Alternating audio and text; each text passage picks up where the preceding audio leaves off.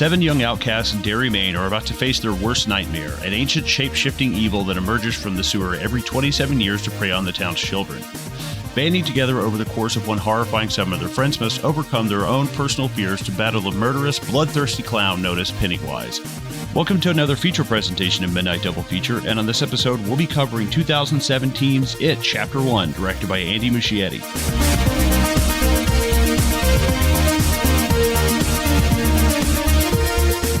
Hey, what's going on, guys? Welcome back to Midnight Double Feature. Thanks for joining us on this very special episode, 2017's It, directed by Andy Muschietti.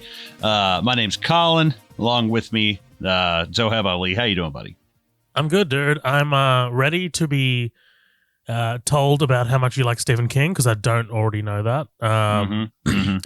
Everything about Stephen King, and how much you want to go out on a date with him, how often you visit Maine, how often you drive past his house. Actually, he lives in Florida now, Zohab. Thank you. Oh, sorry. So, does he actually? Yeah, I saw, because he talked about it in, he had a big, long 3-hour-long thing at the Lowell, Massachusetts college, and he talks about that. It's just, I guess the winters were just too much. He was like, fuck this, I'm getting out of Maine. I was like, yeah, I don't blame you. It might have been a couple years ago then, because I remember hearing a podcast, and I can't remember with who, but apparently he's just kind of like that guy in the town that he lives in. No one really kind of bothers him anymore, because he's just really part of the fabric now. You know what I mean? Yeah. Apparently, I think that house, that infamous house of his, is now a writer's retreat. I'm pretty sure in the last couple of years it's been turned into a writer's retreat, which is pretty cool. But yeah, I'm excited to talk about this. Before we jump into everything proper, we are going to spoil this movie. There is an E on this motherfucker for a reason. If you want to check out on us on any of our socials, you can find us on Facebook at Midnight Double Feature. You can find us on Twitter at MDF Pod. You can find the group attached to Facebook called The After Party. Everybody's invited to that. You can find us on Instagram at Midnight Double Feature.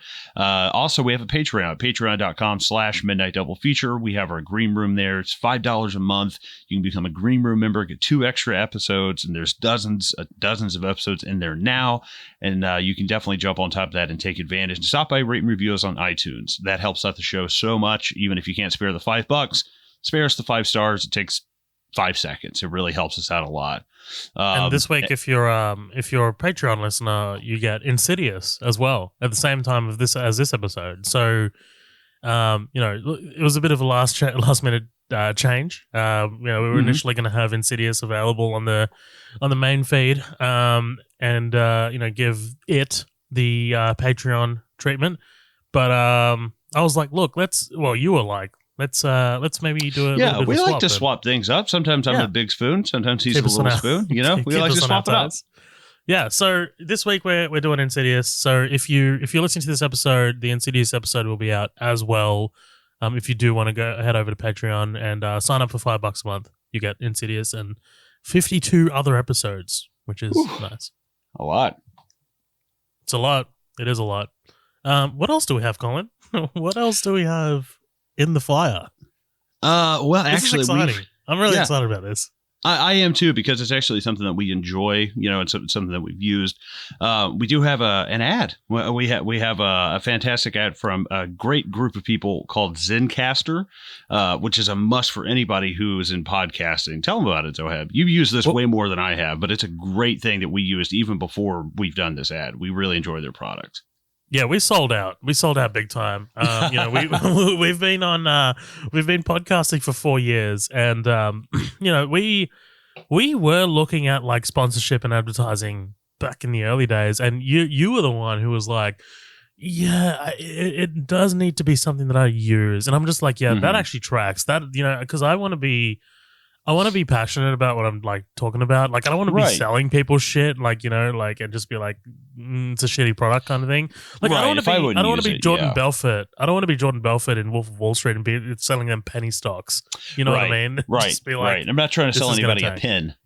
Right. Right. Exactly. Zencastr is an interesting product because basically, if you're podcasting or if you're any kind of sort of content creator, it's a web-based sort of system where you can, and I promise I'm going to go into a bit more detail about this, but we used it initially to record with guests. Because with guests, you can't tell them to download Adobe Audition or like, Audacity and stuff. And, we learned that the hard way. So I was like looking for alternatives to just, make an easier way to record. So we found Zencastr pretty early. They didn't back then. They didn't even have like their video offerings at all. It was in beta.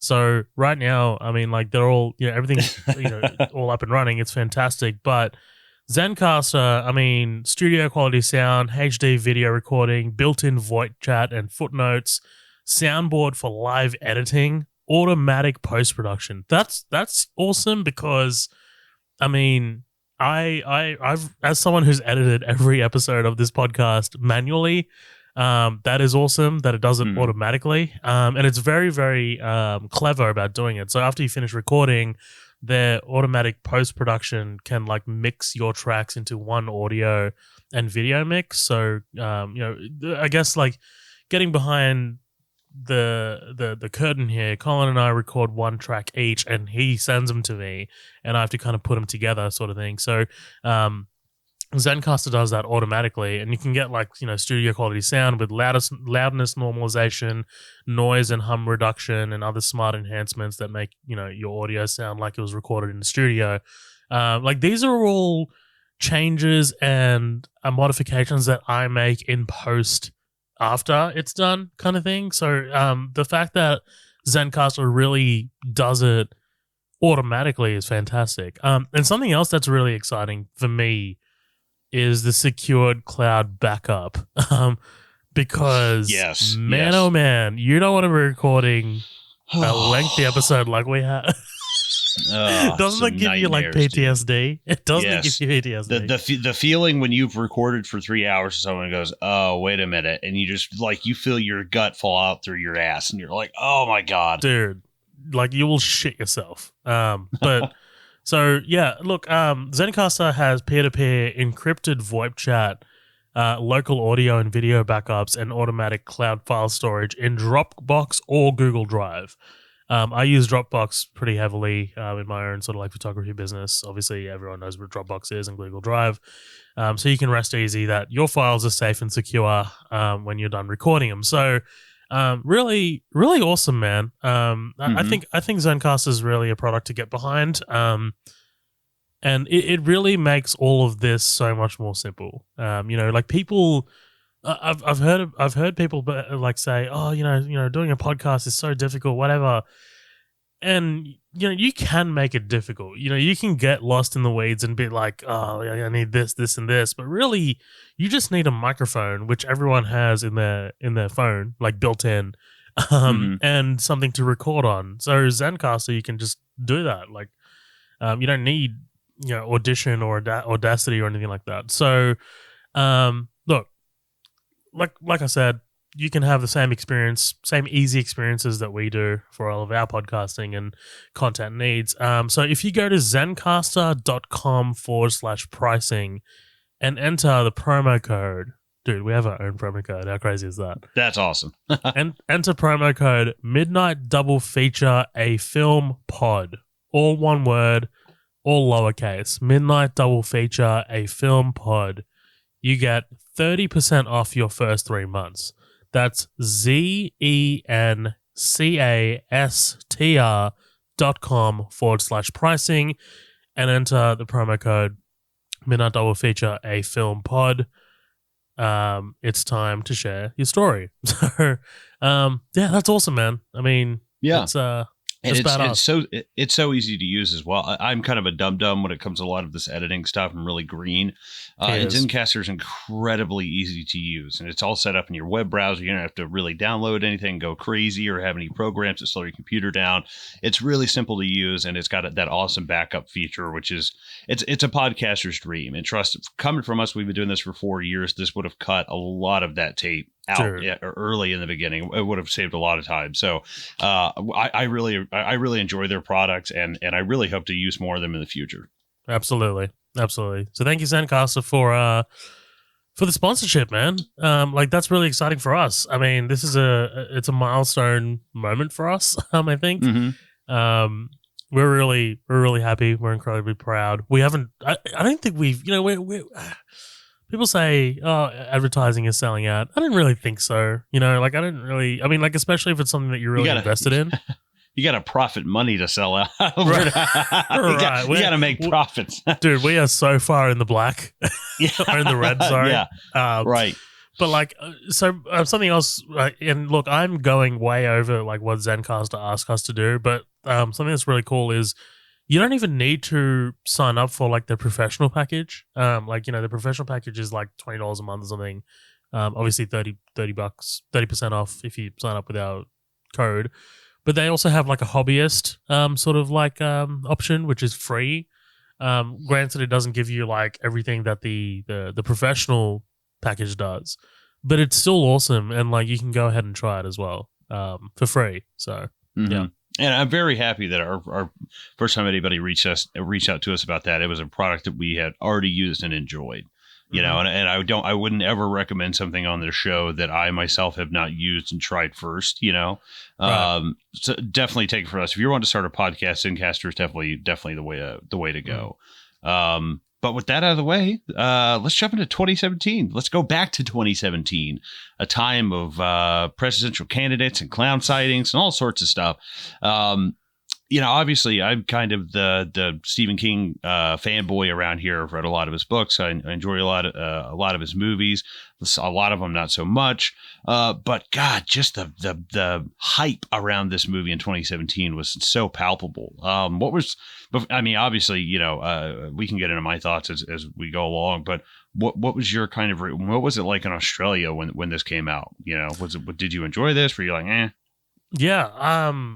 So yeah, you're 100% right. There was tons of hype when this was coming out, man. This was huge, and I think the marketing campaign was really, really clever. I actually have a friend who worked for like the marketing company. That's cool. Like when they as they were marketing it in Australia, one thing that they would do is like they would like tie like red balloons to like sewer grates. I saw that. Yeah, it was awesome. It was really, really badass.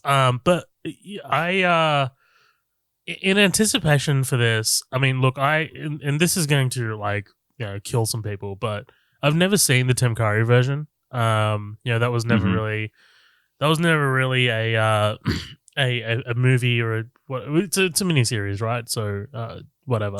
Right. Yeah. That was never really something that crossed my way when I was a kid or growing up or anything like that. So just naturally never gravitated towards it.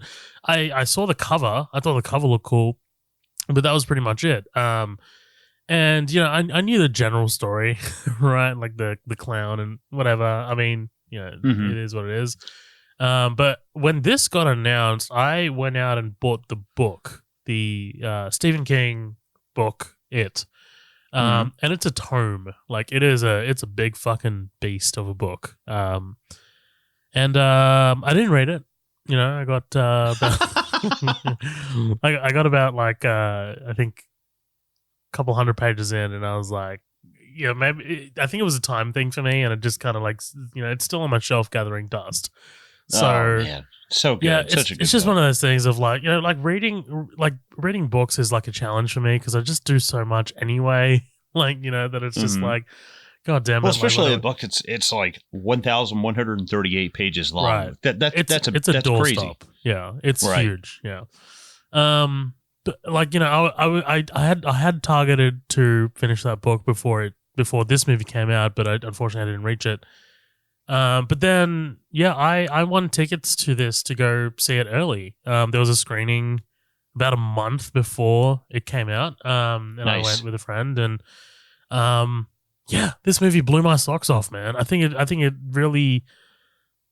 really awesome. I think this movie was fantastic, and I still think it's really good. I think it's marred a little bit by the sequel. We can talk about the sequel briefly a bit later, but I think you and I are both disappointed in the sequel, right? I mean, like it's not. Yeah, definitely. But this movie had such great promises for the sequel, and it sucks that not all of them pay off and things like that, and but I do like that this is you can view this as a self-contained story. Whether the kids do come back 27 years later or not, you can still look at this movie, chapter 1, and be like, oh yeah, that's a pretty complete story. I like that. Like, you know what I mean? You don't even need to watch the sequel to get like the full, obviously Pennywise death, whatever. There are elements of the sequel that I really do like, but I think this is incredibly consistent. This is consistent all the way through. It's got solid scares. I think Bill Skarsgård is awesome. I mean, like, the makeup is fantastic. He's doing a fantastic job. All of the kids are great. Sophia Lillis, I think, is my standout. I think she's great. Yeah, she's killing it. Her and Jack Dylan Grazer, who plays Eddie, is just. Whew. Steph and I watched another movie starring Jack Dylan Grazer. I think it came out just after this. Actually, he was kind of like on a bit of a hot streak. Shazam. He's his buddy. That kid knocks it out of the park in that movie. Like, he is so fucking good. But yeah, it's a gazebo. Like, I mean, like, the tinges of comedy are great because they are kids, and you kind of get the reminder. But like, there's also a lot of like background stuff that really works in this movie that we'll get to that I really enjoy. I think when the movie was announced and Andy Muschietti was announced as the director for this, I was a bit confused because he directed a movie before this called Mama that I didn't really love. I remember watching that at the movies back in the day, and I thought it was a little disjointed, and I was like, no, not the director of Mama. But I equate this movie to the 2018 version of Halloween in that it's very confidently directed. Like, you know what I mean? There's no sort of like misstep or sort of like, you know what I mean? There's like, it feels very like we know where we're going. We have an end point. I know what I'm doing behind the camera, like visually and, in terms of score as well, and direction and performances and shot composition and things like that. So like, it feels very, very confident. Poor Andy Muschietti is having a terrible time with the Flash movie right now. Poor bastard. But I mean, like, oh yeah, it sucks. Somewhere out there, Ezra Miller is choking someone out, or I don't know. But, right? Yes, like snorting meth off a dead baby. It's like he's just consistently somehow topping himself every time. It's insane. Right. Dude, a news article came out about him yesterday about like apparently he roams the US with a gun because he's on the lam from the FBI. Jesus Christ. I don't know. What is he, an X-Files villain? Like, good God. he's the CSM, baby. Yeah, he's the CSM. But yeah, I really enjoy this movie. I think it's a great pick. I think it's an inevitable pick. We were always going to get around this for sure. But yeah, it's just a bummer that the sequel is so disjointed as it is, and bloated. So good God. Boring at points. Like, Jesus, what are we doing? And just absolutely desecrates characters and stuff. It's awful. It is because this is so, and this is, I guess now we can kind of get into my thoughts. Like, because this is so well done, the fall is that much harder for the sequel. And I had a few people ask me, like, when this came out, because I am a huge film guy, I'm a huge Stephen King fan.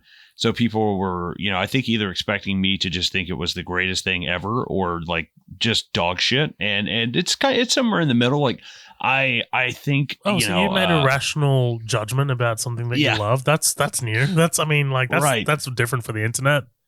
I didn't thank you. I didn't give into like the hype at the time, not because I was just too cool for hype. Like, hey, Stranger Things season 1, I was the hype. Like, I was fucking swept up in that shit. But this, I was like, there's still something that's not quite. It's so close to being like a really great movie. It's very good, but it's not quite great, and it's close. But it just doesn't hit that final cigar for me. Yeah, I think that it was really, really close to being a really great movie, but there was a few things that really didn't kind of check off all the boxes for me. It didn't cross all the T's and dot all the I's. And I think they do a great job with performances, with a lot of the musical choices that they do. It's a very different kind of horror movie. And I think it comes across that the director is not, it's not Wes Craven. It's not John Carpenter. It's not somebody who's just like an American director. It definitely has a very different kind of flavor to it. And I like that. But there is this kind of like this herky jerkiness to the whole thing that just gets old after a while. It's like, okay, dude, like you can only run at the screen so many times and that still be effective. Like the moments that, and there's some like unbelievable moments in this when Beverly crashes her dad's head in with that toilet thing and turns and he's just there in the doorway. It's like Vader. Like he's so fucking big and looking down at her. I was like, oh my God. And like that scared the shit out of me in the theater. I gasped when it did that. But there's just this kind of like, I don't know. He gets a little like too derpy eyed, and then I don't know. There's some things like, especially when he bites Georgie's arm off. I was like, dude, that just looks awful. I was like, that looks terrible. And there's moments he is terrifying, but I don't know. I think that it was too. There's too much of that herky jerkiness kind of thing that was going on in Mama. Where she's running sideways down the hallway and stuff. And like, I didn't hate that movie, but. It just didn't really knock my socks off. And then I had always heard forever that Cary Fukunaga was attached to this from True Detective. I heard this too. Yeah. Yeah. I've never seen True Detective. From what I've heard, I really need to get on it. So fucking good. At least season 1. Yeah. That's what I've heard. I think I watched some of the first episode just to get a taste of what his kind of flavor was, just to see, okay, well, what would his it kind of look like? And I was like, yeah, that would be really interesting to see. But this is still a great, for me, when I first saw it, I'd say a B-. Now I'd say probably kind of like a B+. But I'll be honest, I don't know if that's just because this helps wash the taste of the second one out. I'll be 1,000% honest. I like Skarsgård. I like the whole cast. Have you ever seen Andy Muschietti's sister, Barbara? She's like a producer of the film. I know she's a producer on the film. What do you mean, seen like an interview with her or something, or like? No, she's a smoke show. She's an absolutely beautiful woman. Oh my God, I like quick little Google, unbelievably beautiful woman. They're basically, I think they're twins, so it's a little kind of, it's like kind of fucks me up a little bit. But she's absolutely gorgeous. She looks like Ray Seahorn, who plays Kim Wexler on Better Call Saul. Yeah, sure. I take your word for it. Speaking of Better Call Saul, we have a Breaking Bad podcast called Bad Crystal. Check it out. Called Bad Crystal, a Breaking Bad podcast by Midnight Double Feature. You can find all this at midnightdoublefeature.com. Shameless plug. We're just going to do those every 12 minutes. It's returning for season 3 soon. We are barreling towards the end of that season in terms of recording it. Also, something I didn't tell you that you're finding out now. I reached out to one of our after party friends, Carlos, but not Carlos Freitas, Carlos Picatos. Yeah. I've seen him on Facebook. He's an artist. He actually does really great drawings. And like our cover art for the Breaking Bad podcast is fantastic. But I wanted to change it up specifically for season 3. Just have like the specific season 3 art. So he's gonna get back to me about like some ideas and shit. Cool. Let's shake it up. That's cool. Yeah, because I mean the cover art for seasons 1 and 2 is the RV, and if you've seen season 3, spoilers, the RV doesn't survive season 3. So right. I was like, let's change things up a little. Yeah, absolutely. But all in all, I enjoyed this movie. It didn't knock my socks off, but I think it's a fine, solid film, a standalone film. I still think something like, I almost posted a poll in the after party, which one is better, the first season of Stranger Things or the first It movie? And I think Stranger Things is going to win that probably, but I still think this would put up a pretty good fight for its money because it's way scarier than Stranger Things, and that's a big factor. It's got that darkness to it that Stranger Things can't. Like, none of the kids in Stranger Things possibly might die. Like, this starts with one of them getting murdered. It's kind of like a little bit more dangerous. I actually reckon, like, now that I think about it, I think the better comparison would be what would win. It 2017 or Halloween 2018. Only because they're both different adaptations of the original movies or series that I they're think based Halloween. on.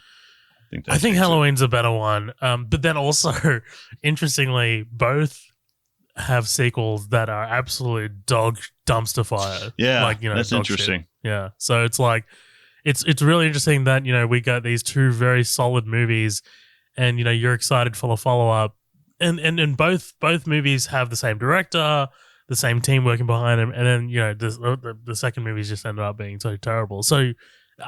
With Halloween, I'd go with Halloween as well, just because I think it's a little stronger. Yeah, yeah, I would too.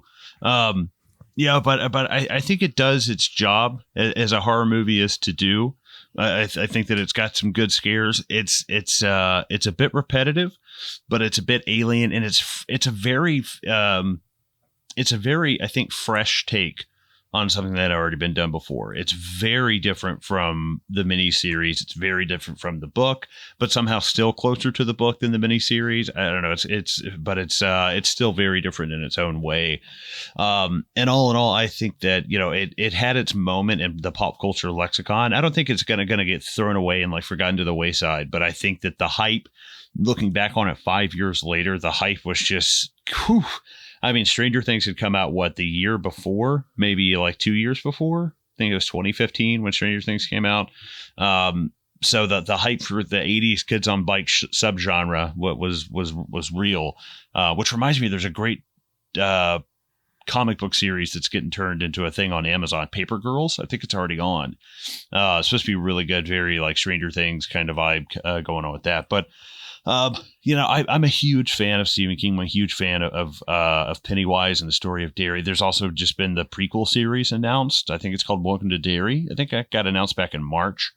So there's a lot still cooking on the fire with this. But, the original 1991 is what really kind of scared the shit out of me. And I want to save my thoughts for when we inevitably do that one, way down the line. And kind of that's the one that really ignited this Stephen King kind of fire. But I want to talk about this one just kind of as a film on its own merit. And I think it does a good job. I think it sticks to the landing for the most part, but it's a little wobbly. It's not quite all the way there, but I think they do a pretty damn good job. And we can get kind of more into it as we go along. But what do you say we jump right in? Yes, before we do, one more thing. This is going to be so niche, but anyone listening, if you know, you know. Anyone who is a listener of LSG Media, the science fiction film podcast back when they were called that, now the Lost Drive-In. If you're an Illuminati member, they dropped an amazing Illuminati episode, like a bonus episode about it. I remember that, yeah, dude. So in the books, correct me if I'm wrong, don't they fucking run a train on Beverly? Yeah, yeah, one right after the other. I would implore you to go and listen to that LSG Media episode, because they're talking about some insane shit. But basically, they're talking about like which of these kids is the most hung. Yeah, and they just assume, fucking nuts. They just assume that the black kid is just like, yeah, look, he's the one. You don't want to end with him. Yeah, I remember, yeah, because they have the main episode and then they had the after show of it. I remember. I just had to shout that out because it's ruined this movie for me. Oh yeah, but yeah, you want to jump into it? Yeah, you want to go visit Derry? Let's do it. Let's go. So we open up on a rainy day in Derry. We see Bill and his brother Georgie Dimbro. They make this boat.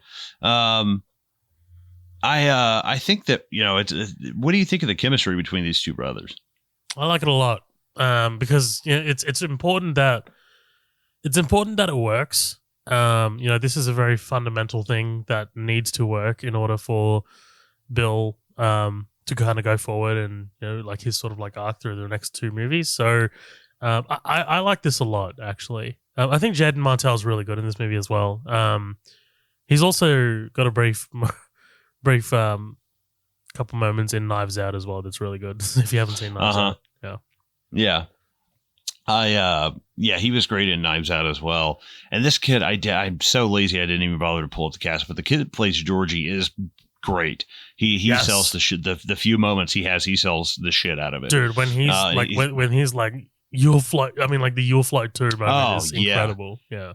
He's a great little guy, man. He's definitely going places. But we can kind of take this into one big section, and the demise of Georgie Denbrough, and him being scared to go get the turtle wax, and something that's great straight out of the book, also in the miniseries, really, really like fun, little continuation. But the first time I remember seeing this, and him getting killed by Pennywise, and that was, at first I kind of laughed. Pennywise gets that dirt face and he bites him and stuff, but the moment he actually starts dragging him into the thing is when I was like, God, that is getting a little hard to watch. And he's screaming with one arm, crawling on the ground, and that was the only moment in this movie where I was like, whew, that was a little much, but it was because it was right fucking away. And I don't want to skip over the introduction of Bill Skarsgård, but that's just like, I think this comes in right away. And whereas like you see something like the miniseries, it literally shows Tim Curry coming towards the camera with his teeth out. That's it. And this one, you literally see this kid get dragged to like his death, and it's fucking awful. And it starts the movie with this really big punch. I think it's a good line in the sand to kind of be like, no, this is not the miniseries. This is a very different beast. This is one of the things I think it does do really well. Yeah, I think it was important for the director to really kind of come out punching, and really sort of like set itself apart from the preconceived notions of the TV show.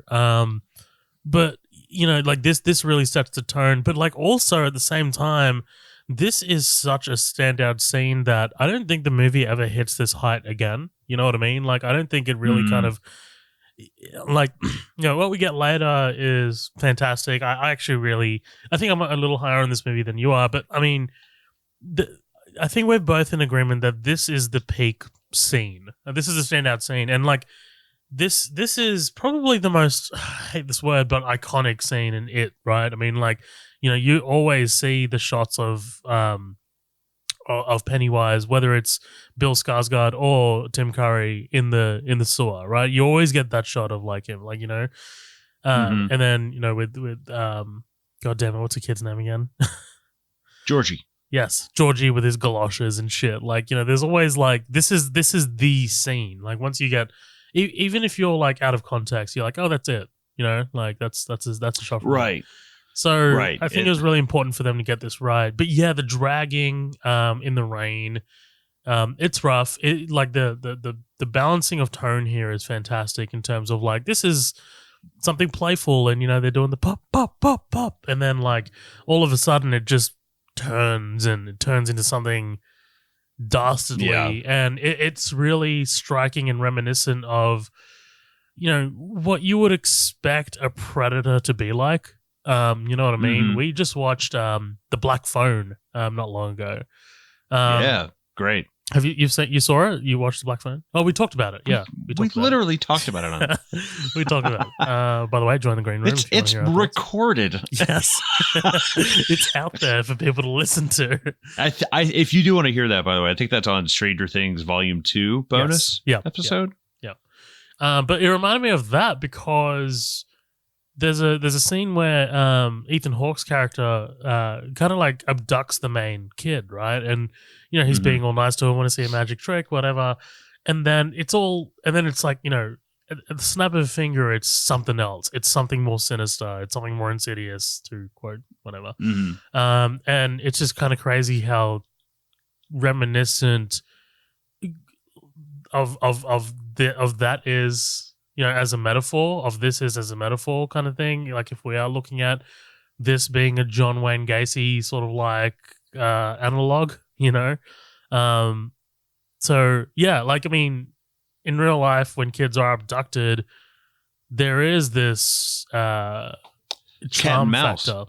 It's Ted Bundy with the cast. There is this like lure them in with kindness, but then I was literally gonna say it's the hook, it's the fish hook they put out to lure them in.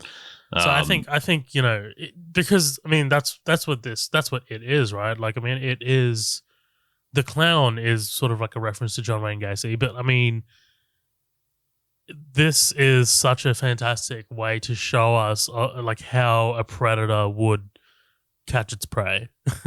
Mm-hmm. Well, and that's the a little info into the book is kind of like it can just eat you, but it likes the fear, it likes the rev, it wants the theatrics, it wants the cat and mouse kind of dynamic. And we see a little bit of the way that this town kind of interacts with Pennywise and this woman who just completely, even after seeing a huge pile of blood dissipating in the street, she's just like, it's probably nothing. Ketchup truck must have came by and dropped off some ketchup. Correct me if I'm wrong. This is the spell that he has on the town, right? Is this the? I guess so. It's one of those things that's just kind of, I think, more ambiguous in the movie. I've read the book twice, 2 or 3 times. But it's just kind of this, the adults basically just don't see it. And the book, I can't remember if it goes into it in that much detail. But it's very much so like Beverly's dad not being able to see the blood and blah, blah, blah. But it's somewhat ambiguous, because I think in the book, nobody, they go into the reasons why there's not a 60-minute special and why there's, 40 kids missing every 27 years from Derry. They go into it a little bit more, but it's been so long since I've read it, I would probably just be misquoting it. But we get this demise of Georgie Dimbro. This is one of the most beautifully written parts of the book, by the way. It's unbelievably good. How it talks about the sailboat. It's like, and the sailboat went down through the river and out to Kenduskeag, and it sells out of the story where it disappears forever. And it's how the first chapter ends. It's like, it's so good. 8 months later, we're introduced to the rest of the Losers Club, as well as Henry Bowers and Greta Keane on the last day of school.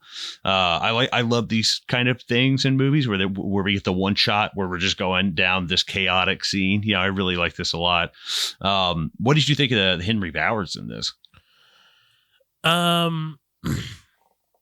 Yeah, I'm struggling a little bit because I think he's so aggressive.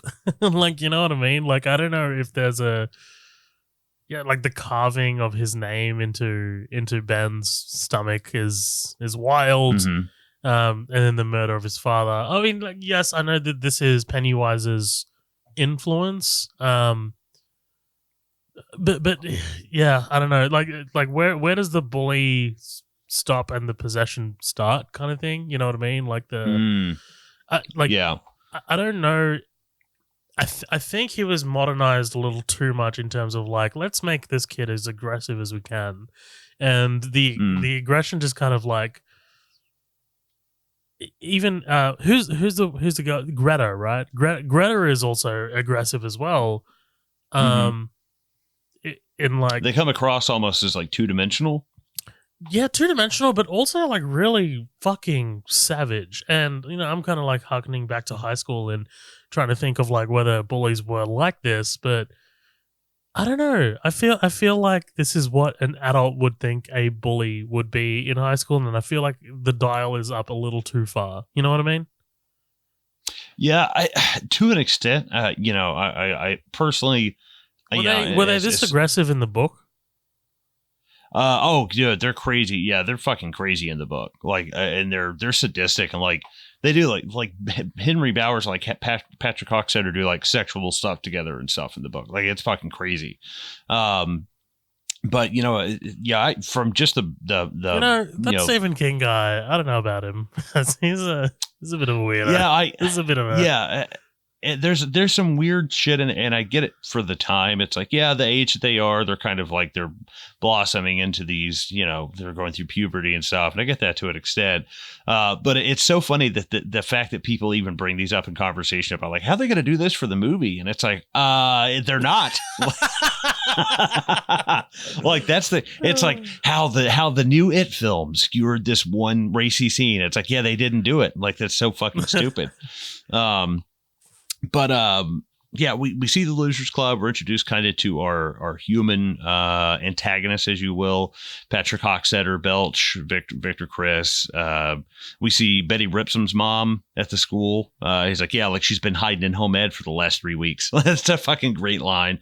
What did you think of our cast up to this point? These 4 boys. Yeah, obviously I'd seen Finn Wolfhard before because Stranger Things did come out the year before this. I like him a lot. I think they've got a lot of chemistry. Like you said, the kid that plays God, I'm terrible with their names, man. The character Eddie. Names. Yeah, the kid that plays Eddie is fantastic. Sophia Lillis, she joins the main cast a bit later. I don't mind the kid that plays Stanley. Like, I think he's really, there's something about him that's really like maybe it's the religious aspect coming into it for me. Now that I think about it. But I think, the sweetheart is Hanscom, right? I mean, like he's adorable. Yeah, for sure. Absolutely. And I think Mike gets a lot of play in this, which sucks. He's kind of like the Winston Zedmore of this movie. Like the afterthought. Yeah, he gets fucking sidelined, and this weirdest thing is how in the book, Mike is the one who's born in the town. He lives in the town. He stays in the town, and then he's the one that called them all back when they're in their adulthood. And okay, whatever. Now it's Ben. It doesn't really matter. I don't care. We can take Ben. He's the sweetheart, make him the town historian. But then he leaves, and then it just becomes Mike anyways. And it's like, well, why didn't you just fucking leave it alone? Like, why was this kid why was the new kid? I guess maybe to give him something to do in the summertime because he didn't have any friends. I don't know.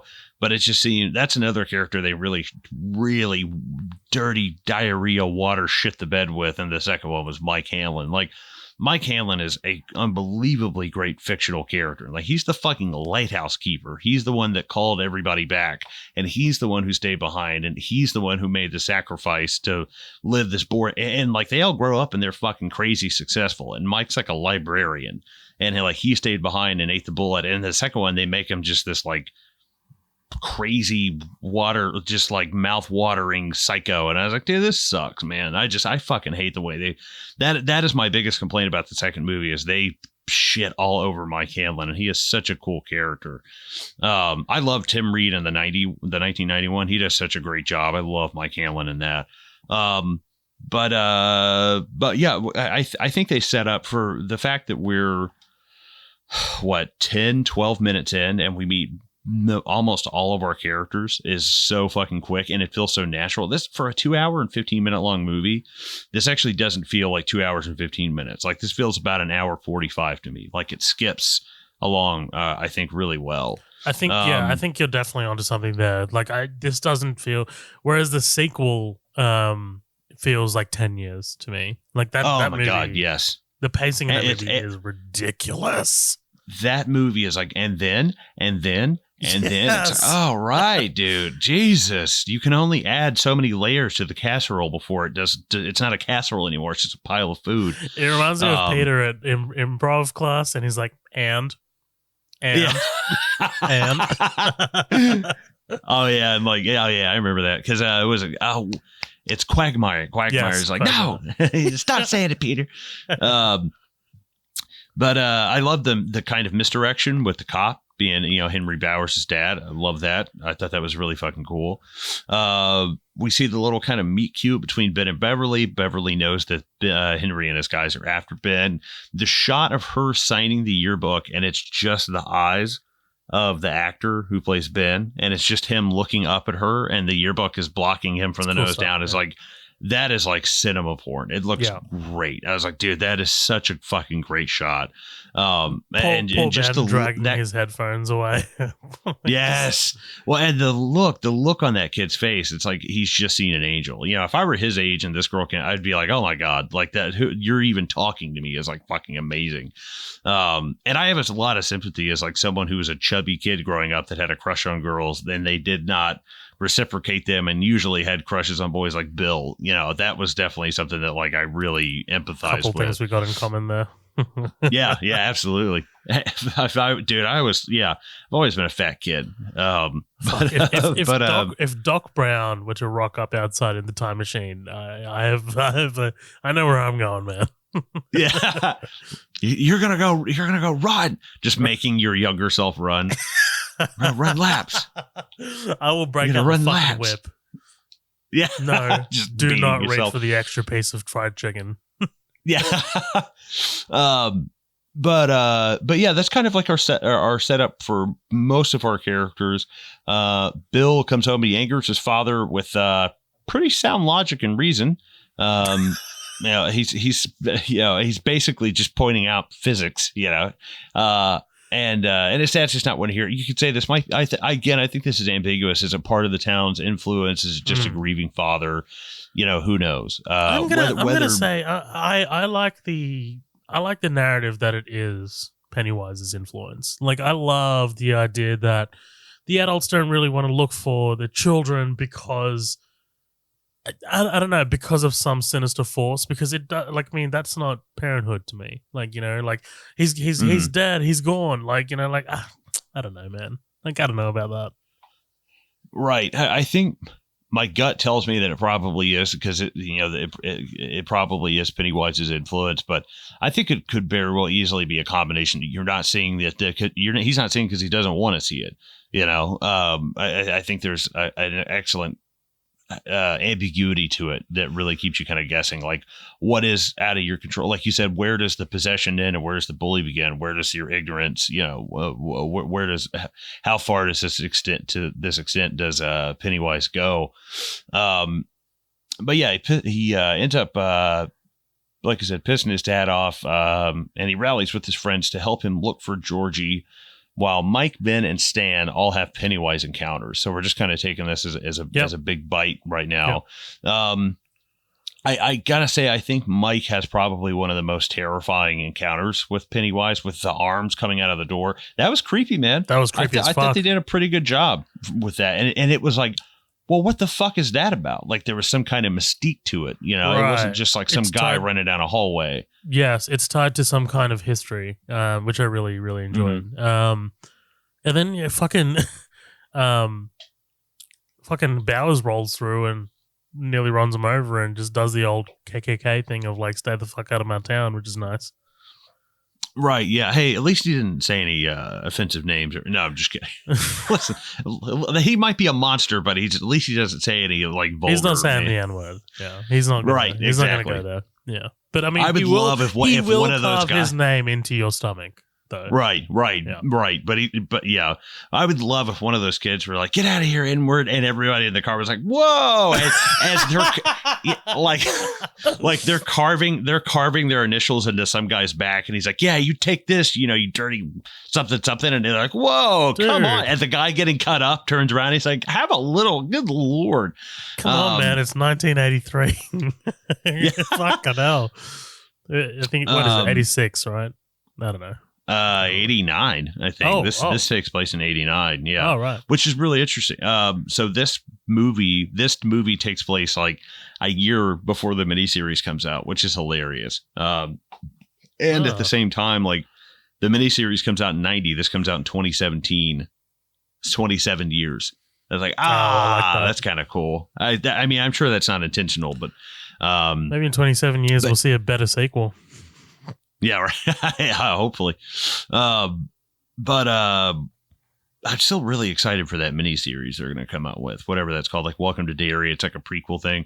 The 27 years thing reminded me of The Creeper from James Creepers. Yeah, that's where I assumed he got that from, honestly. Okay. Which is kind of that's something in nature. There's hibernation, there's cycles. What year was that? That was 27 years as well, wasn't it? Oh, every 23. Yeah. Okay. I think 23. I think. And I'll be honest, like, as we're going through this and we're talking about everybody's kind of encounters with Pennywise, I like Stanley's. I like that Stanley kind of has this. It's just a weird picture in his dad's office. But at the same time, I definitely feel like it's one of like the weaker iterations of it, because I feel like it's just recycled mama footage. I was like, this just feels like something I feel like this director's already done. Like, it's cool. I like the idea of like a creepy photo. Like, my grandparents had creepy shit like that in their house, but I don't know. It felt like something out of Mama. Well, the design for me is good, but the execution for me doesn't work. It's a little too rubbery and CG. Like, you know what I mean? Like, if you could somehow practically do this, that would be fantastic. Mm-hmm. But I mean, there's a little bit of uncanny valley going on. But I really like the design of it. Right. Yeah, I was gonna say it kind of almost has like a Scooby-Doo villain kind of vibe. It's just all digital. Like, you just know there's just nothing there. Right. Can we talk about Ben's encounter? Because Ben's encounter is the one that really sticks with me.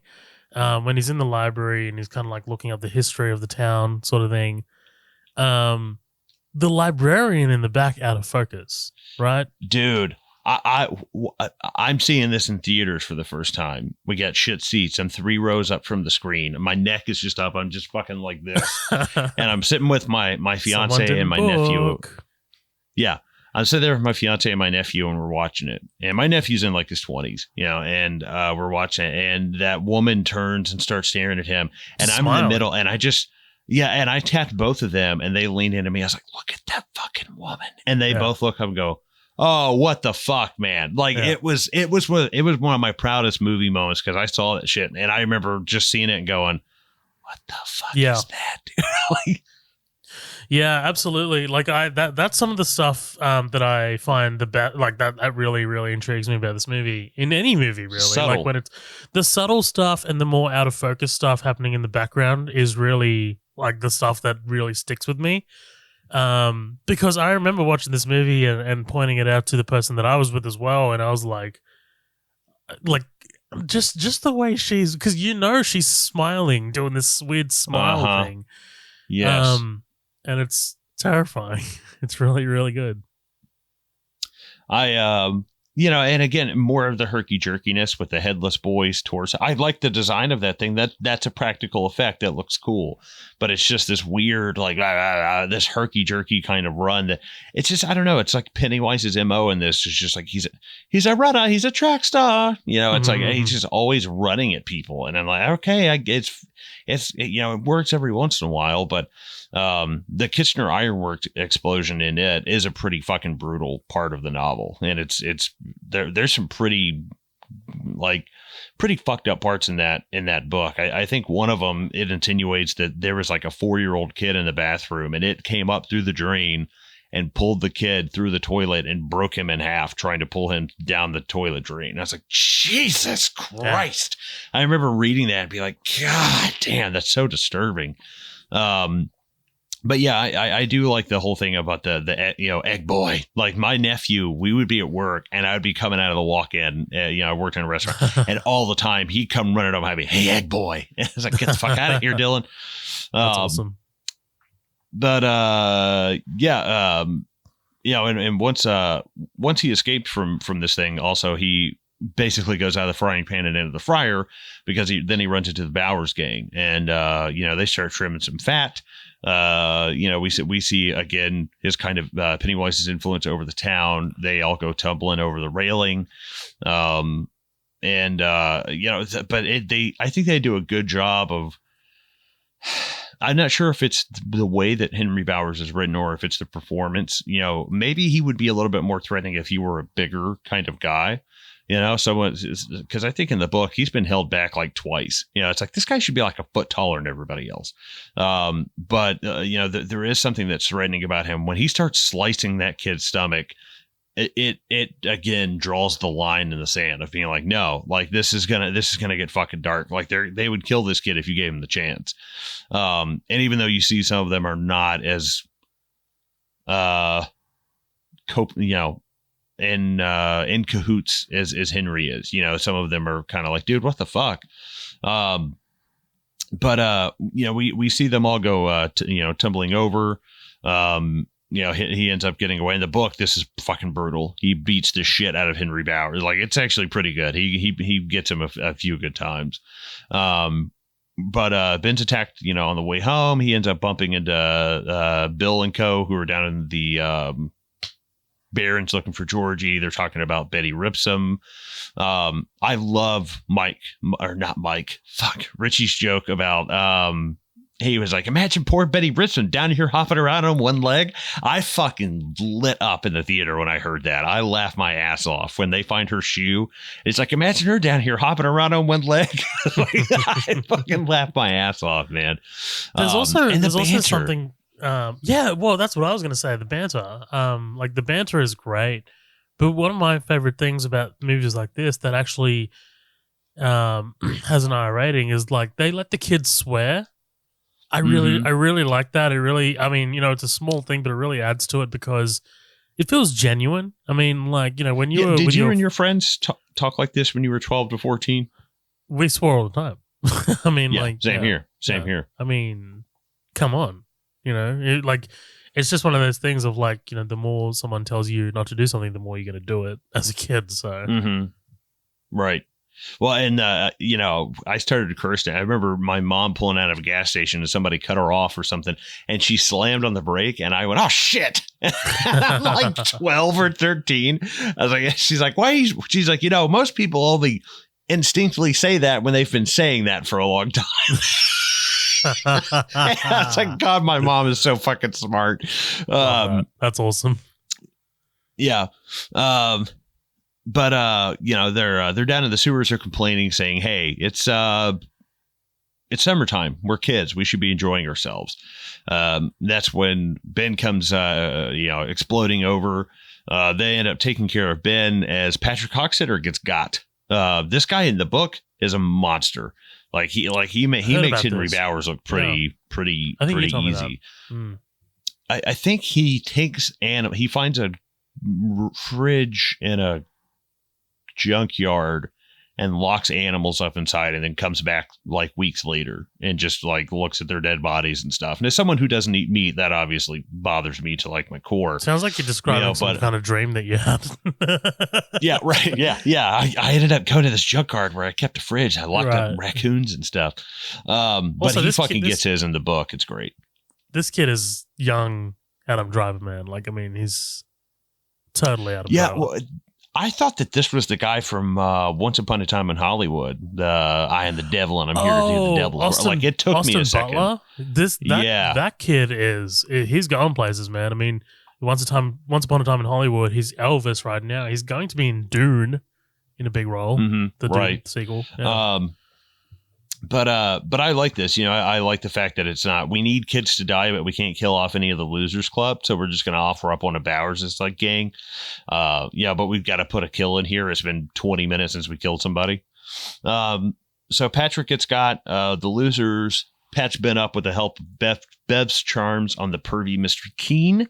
All this is great. I like this. We see that Greta is, of course, this explains why Greta is the way that she is, because she's obviously experiencing some kind of trauma at home. If her dad is this way around Beverly, it's like, dude, I'm insinuating that he molested his own daughter. Dog. That's just what I assumed. Dog. Because I was like, dude, this guy's intense. This guy has, in 25 years, they're going to make a Netflix documentary about me written all over him. The confession tapes of the pharmacist. I was going to say, you could just see a prescription bottle and RX written on it. Right. And it's like Netflix presents the pharmacist. Netflix original. right next to the staircase and shit, Right. And then they end up making a dramatic movie about it or something.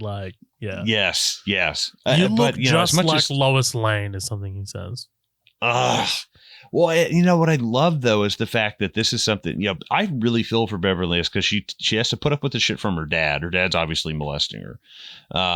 She has to put up with the shit at school about her being a slut, and really nothing ever happened. And then she hangs out with these boys, and all of the boys, every one of these boys would jump would jump all over her in a second. Yeah, when they're all at the quarry and stuff, and they all look away, and I was like, Jesus, this chick can't catch a fucking break, man. Right. Anywhere she goes, is somebody is like, dude, get away from me, man. Right. Little do they know that she's got no soul because she's a ginger, right? Yes, that's true. Her, Conan, a lot of other ones. No, my hair is black. Only my beard is red. Oh, we call us daywalkers. I love it. we just go to purgatory. But I like the fact that she takes this thing that's a burden, kind of a curse. That she is being sexualized by all these adults, and she takes that and uses it and weaponizes it to her advantage is really cool. I like that. And she uses it in effect for the group and herself, which I thought was really fucking rad. It's a great point.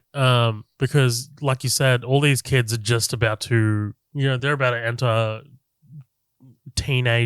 older teenage years, so they're kind of like finding themselves, and she's finding herself and her femininity, right? And like how to weaponize that in a world that is using her femininity against her. She's kind of like using that to her advantage, and I think it's awesome, man. I think it's a great way to show it. I wish there was a little bit more of that in this, but like we kind of need to move through the story like a bit quickly, so. I understand why they didn't really hone in on that, but it's a great point. Yeah.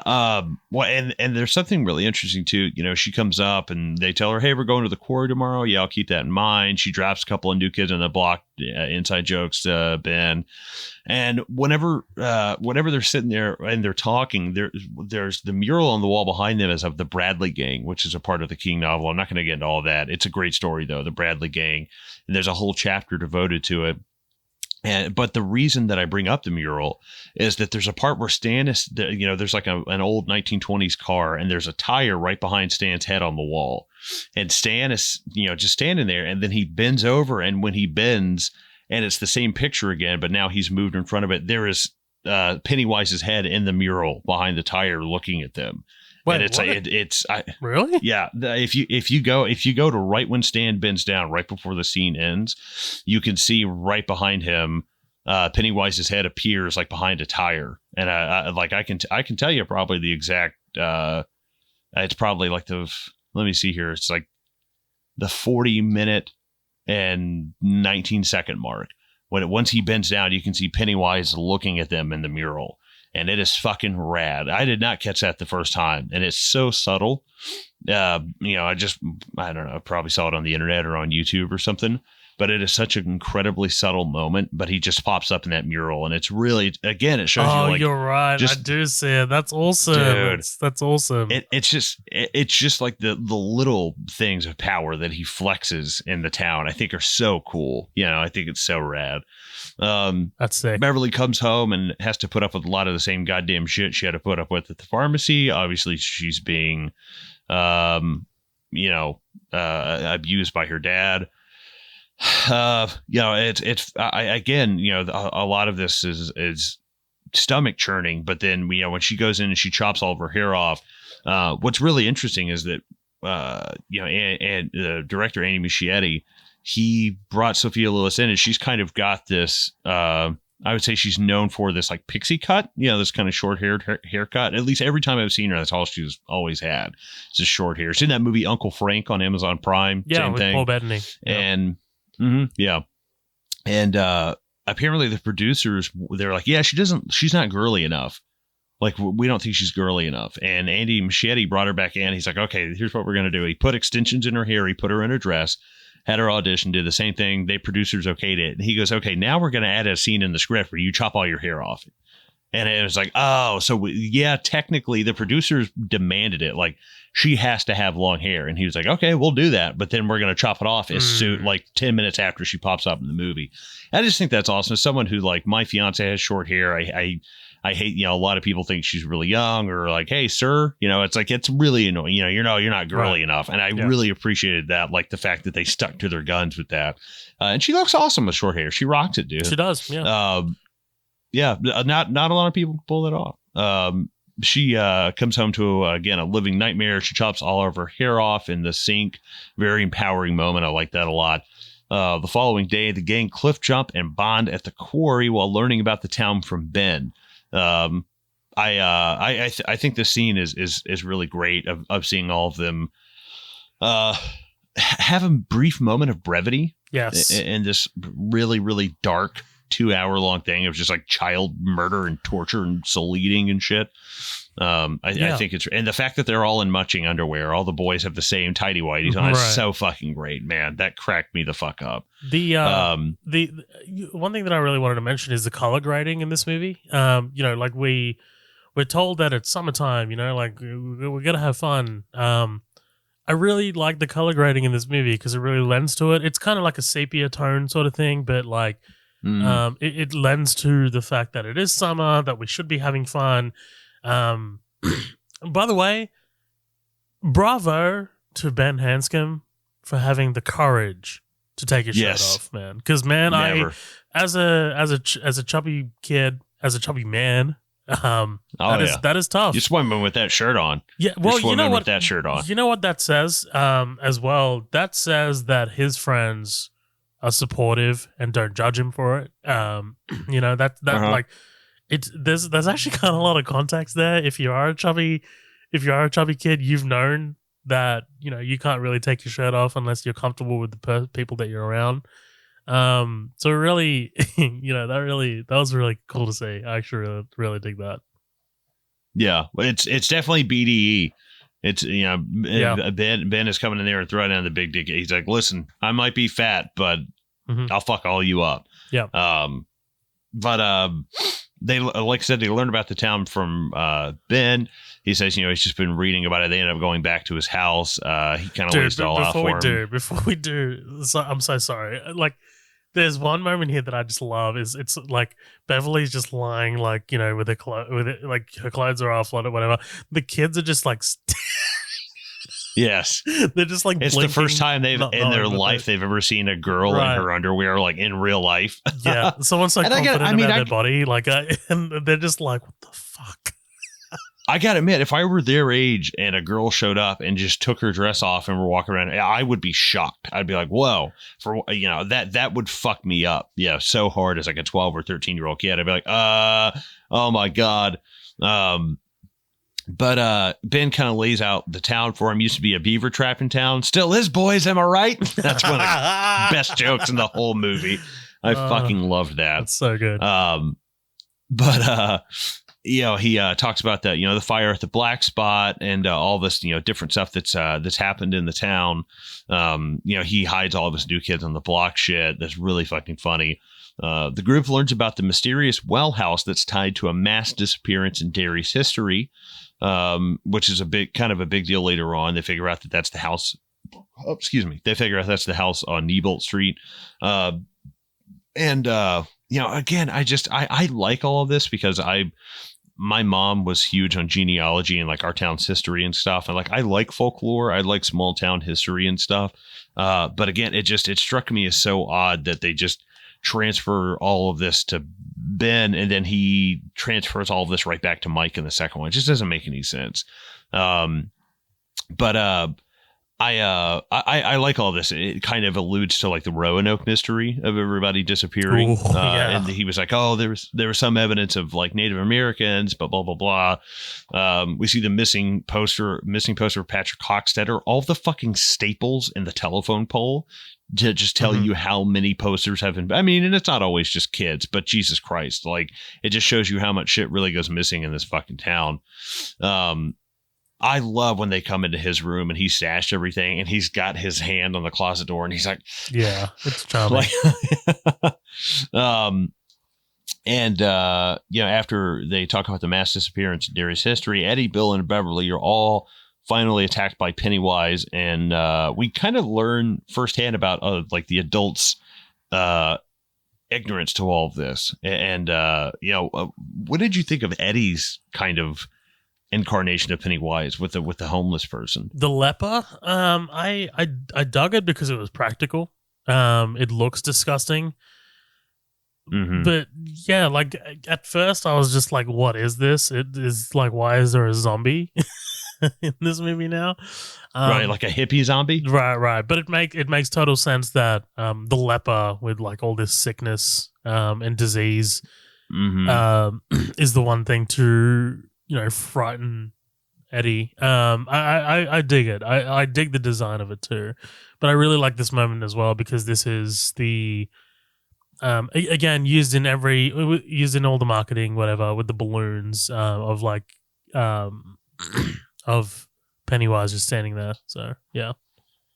Oh, I hate to keep being this guy. In the book, let's just say this is a lot more graphic and like disturbing. No, I like it. I keep talking about the book because I never finished the book, and I think the listeners who didn't read the book might be interested because I find it interesting the changes.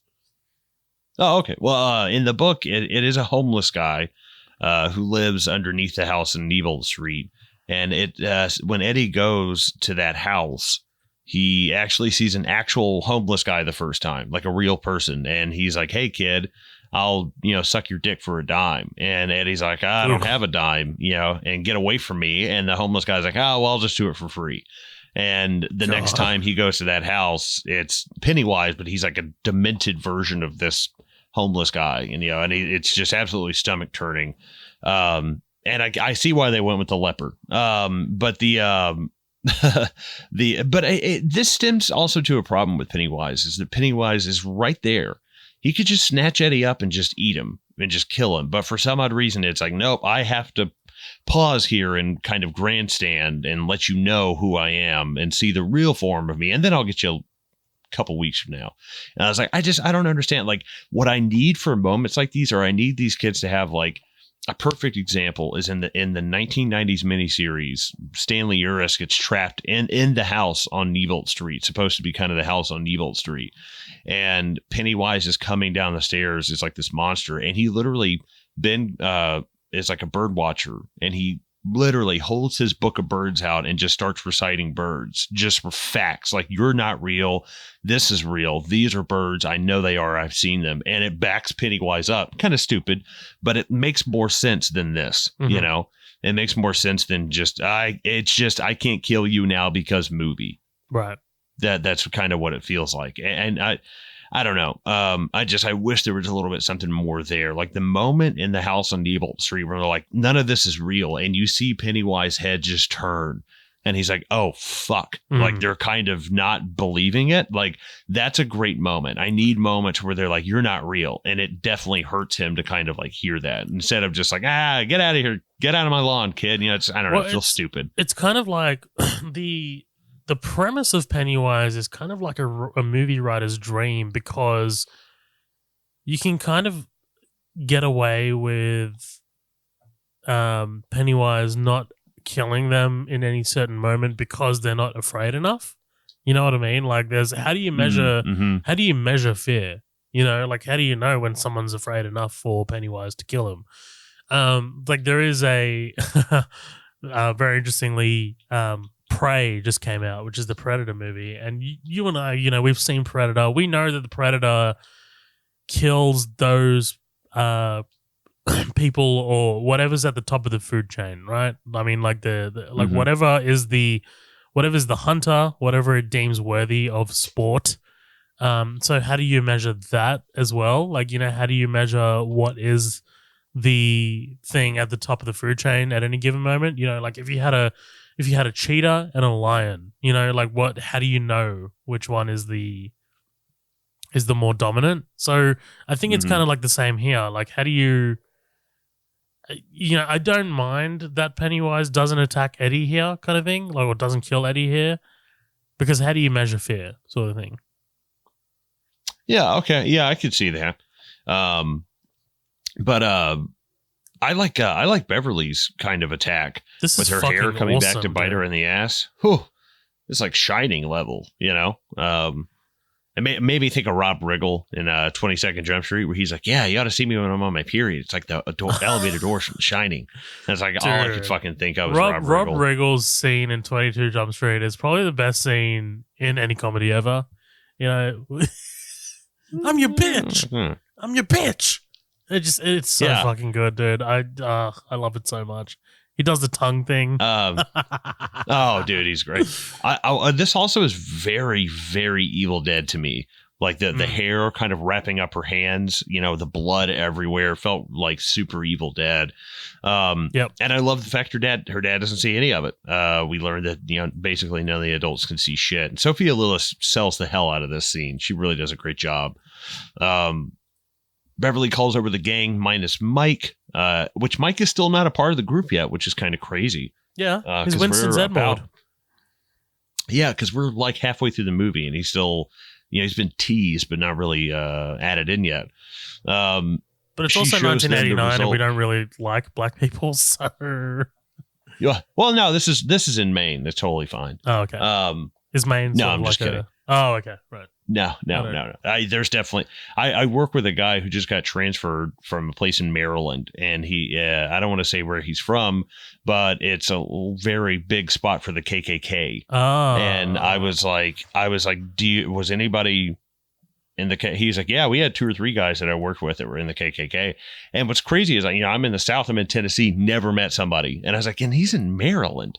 Like, that's so fucking weird. That stereotype is just, I don't know. Maryland is funny. Like East Coast. It's not sort of like super, Washington. Yeah. DC. I think it's not super, super northern. It's not like, Maine, I think, or New Hampshire, but it's up there, But yeah, Beverly calls over the gang minus Mike. She shows them the results of her bloody bathroom dealio. The gang cleanup begins, and we kind of see this love triangle between her and Ben and Bill. I like that she kind of she shoots her shot with Bill. She thinks she's sending a message that he'll kind of get, and he has no idea about the winter fire, has no idea about the poem. I love that. I thought that was really good, and she denies these rumors. She's like, yeah, that's not me. I've only ever kissed one guy. It was a pretty good kiss though. Like, she's really, this kid is a moron, because he's just not like, she is like bringing him, hey, come on, let's go. She's a third base coach. Like, go. And this kid is still, I get it. He's probably pretty awkward around kids. He's tongue tied enough. Imagine a girl who's just like, yeah, you're cute. I'd be like, like, I would be so stupid as a kid. Just reminds me of Family Guy of like, who is it? Someone's got their legs open and there's just like the runway with like the oh yeah, it's Brian's girlfriend. Yeah. Yes. I remember that. But yeah, because she ends up going out with Quagmire. Mm-hmm. No, Cleveland. That's right. Mm-hmm. But yeah, he says he has no idea what she's talking about, doesn't know what the poem is. The group is finally complete once they arrive to save Mike Hanlon in the apocalyptic rock fight of 1989.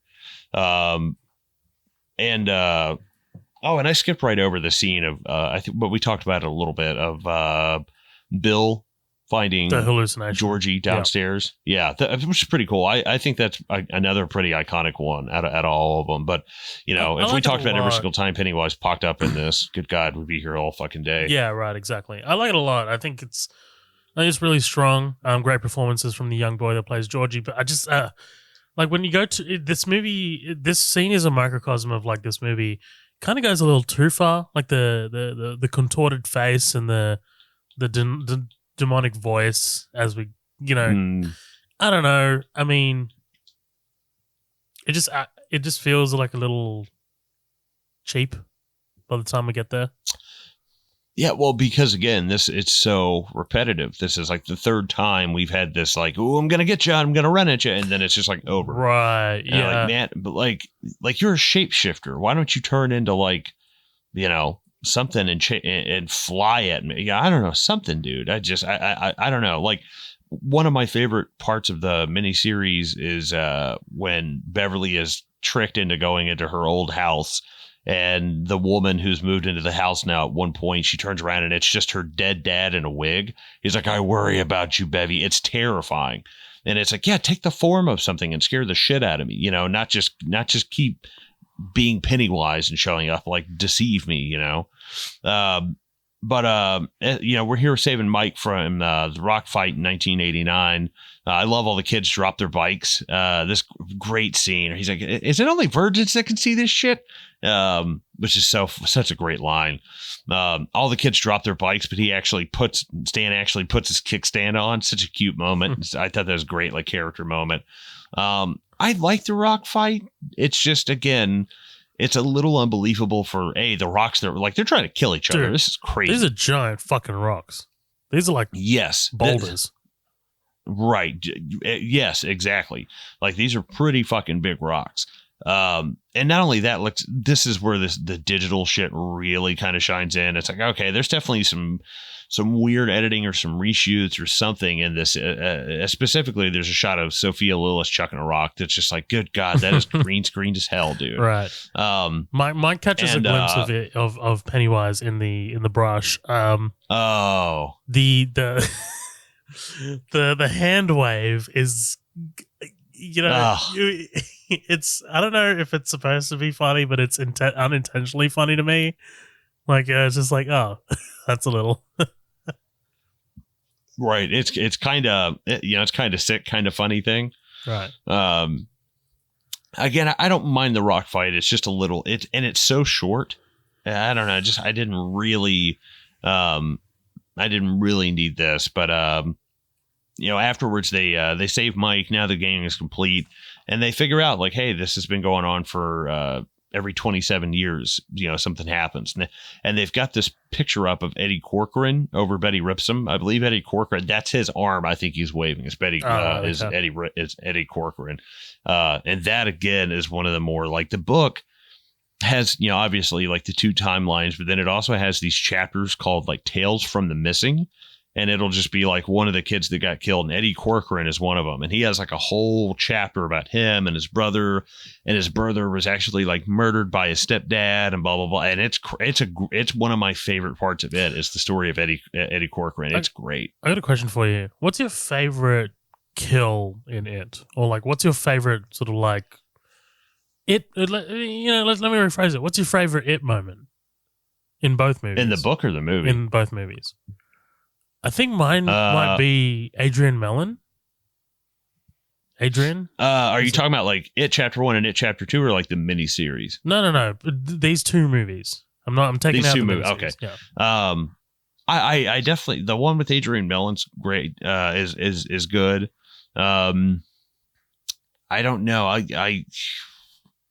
Obviously the Georgie one is really good. I like the Patrick Hockstetter one. I think that one's pretty interesting because it's it's quick, but it's very like, I don't know, him kind of lighting the light. It keeps drawing tension, to the surface. I don't know. That's an interesting question. One of my favorite ones is Stanley getting his face chewed on at the end, sort of thing. Like that is. Oh yeah. Mm-hmm. I don't know. I also like watching Butch Bowers get a switchblade put in his neck. That one's pretty good. Yeah, that's wild. That's intense. Like you said, they end up, the losers eventually come to the conclusion that this is happening every 27 years, and they begin to share their individual experiences. And we learn about Mike's past, what happened with his parents. They were burned to death. Kind of a mix, a bit of the Black Spot fire from the book, in the miniseries. But the group end up overlapping the town maps, and they discover that the house on Nebolt Street is actually the fabled well house. As Eddie panics, the projector malfunctions, and the group as a whole finally come face to face with Pennywise. This is our first real showdown with everybody in the room. I think this is a great scene. I think this is a very good, kind of like first match, it's almost like we have 5 or 6 fights through this movie, and it's like each one of them is like a World Series game. And this is like the first match goes to Pennywise because he definitely breaks these kids' morale right off the bat. They're like, fuck that. I think they do a really good job of setting him up with the projector, him taking over Bill's mom. I think is a really, really cool effect. I actually like that a lot. It doesn't look digital as fuck. It looks really real. I think they do a really great job of it. This might be one of my favorite scenes in the movie. This is it's really powerful. I remember being in the cinema and the screen's so big that like when it flashes through the slides, the light in the cinema is flashing as well. So like, right, it felt very atmospheric. But yeah, I think you're 100% on the money when the hair on her face kind of like starts to reveal Pennywise. But like not only that, when he's kind of like got that grin going, it's kind of like a sideways like mouth thing that he's got going, and I'm just like, damn, that is really unsettling. And the kid screaming, what the fuck is that? What the fuck is that? Dude. It's really, really, the tension is really heightened. And when he kind of like makes his entrance, it's, like I said, I don't love the digital stuff in this movie, but this is incredibly effective. Right, and it's because it's still doing the projector flashing. It's going black every 3 seconds. A really nice touch is that it's Richie. It's Richie who's going, what the fuck is that? He A, hasn't seen Pennywise, and B, is terrified of clowns. So when he sees this thing, Finn Wolfhard sells the shit out of that. It's such a nice little moment that he could have just gone along with the other 6 and be like, oh, but he actually takes a moment to be like, what the fuck is that? I loved that. And he sells that so hard. And after this, it's Bill. Bill galvanizes everybody. Hey, if anybody says it's, but it's summertime, one more fucking time, I'm going to lose it. And he takes off for Nebolt Street by himself. He's determined to finally put an end to this once and for all.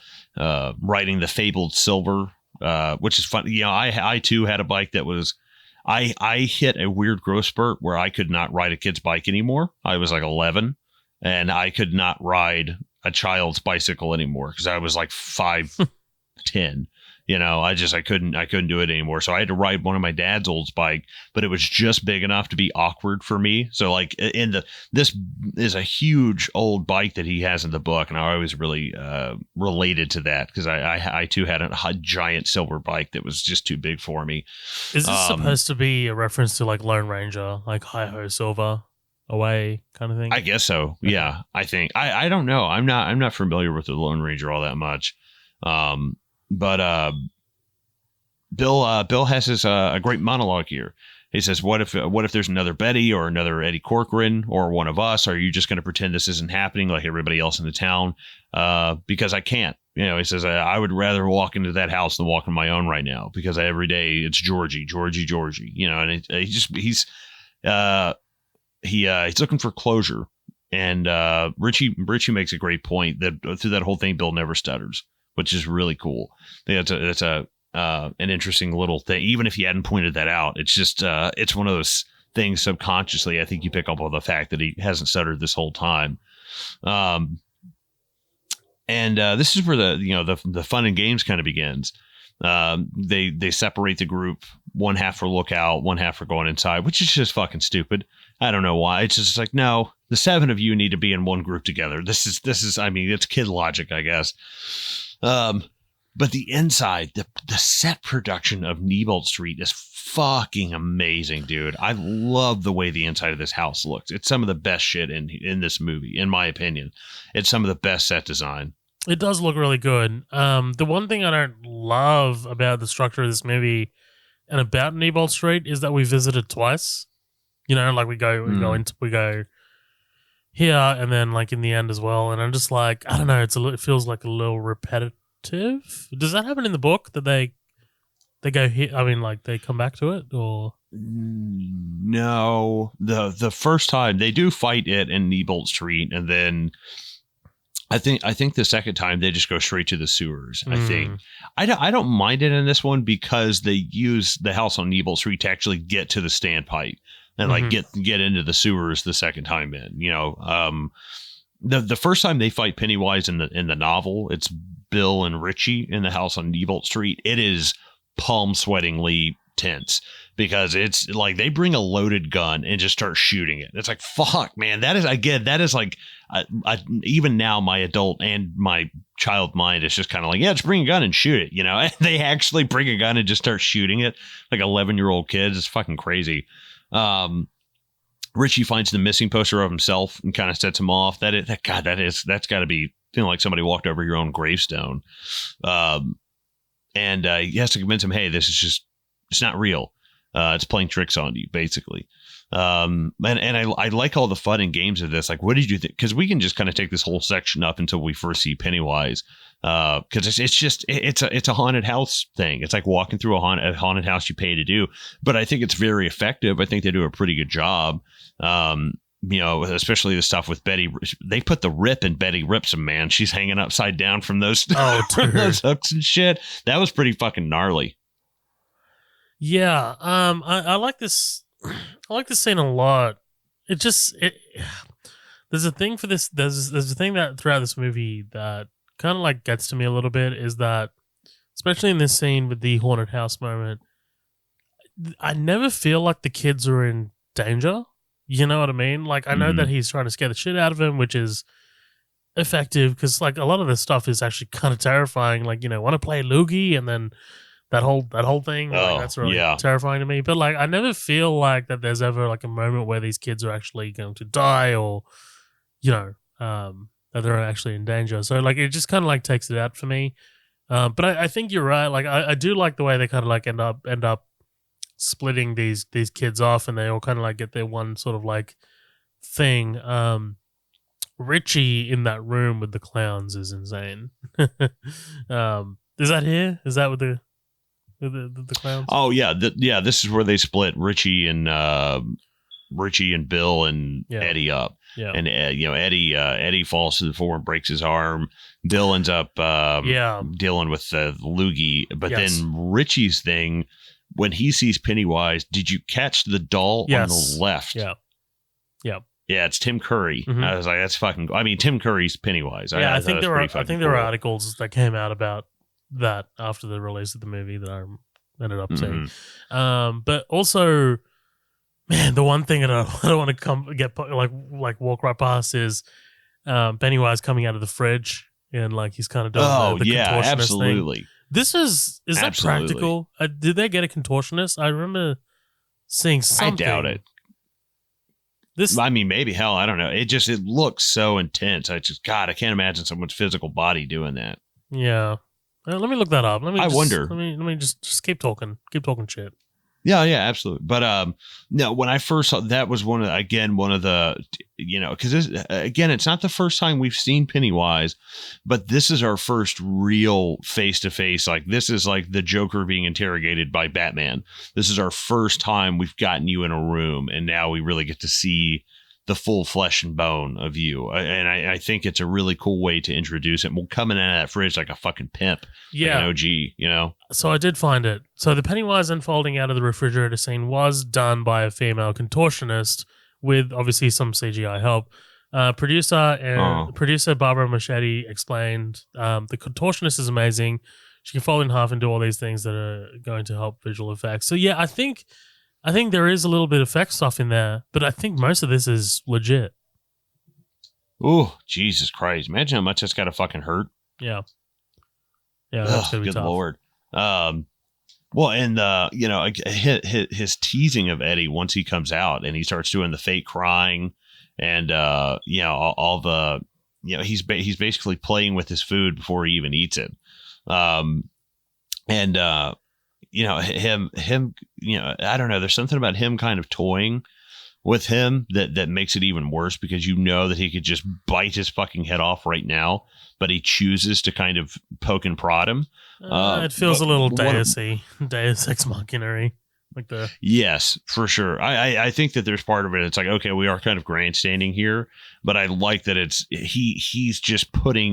he's literally just glazing the fucking turkey, I like that kind of idea. But the moment that this movie really actually did something cool that I just loved was when they're like, okay, this isn't real. And they open up that door and you see Pennywise put his hand over Eddie's face, like, shh. And then he looks over his shoulder in like actual kind of like concern. Right. He's like, okay, something is going on here. Like, why are they able to do this? We all hell kind of breaks loose. Beverly shows up and puts a fire poker right in his fucking eye. One of the coolest things about Pennywise that I haven't seen a lot of people mention is whenever he takes damage, the blood always floats. Yeah. The blood always floats away from him. And I was like, that's pretty fucking cool. And it's like a consistent thing throughout the whole movie. Any kind of damage he takes, it's just like floats away. He gets stabbed in the face with a fire poker. He almost takes Ben's guts out. I was like, Jesus, like that actually was a pretty, I mean, I didn't think Ben was going to die, but I was like, wow, I was not expecting the movie to dish that out on his way out the door. Like that was pretty cool.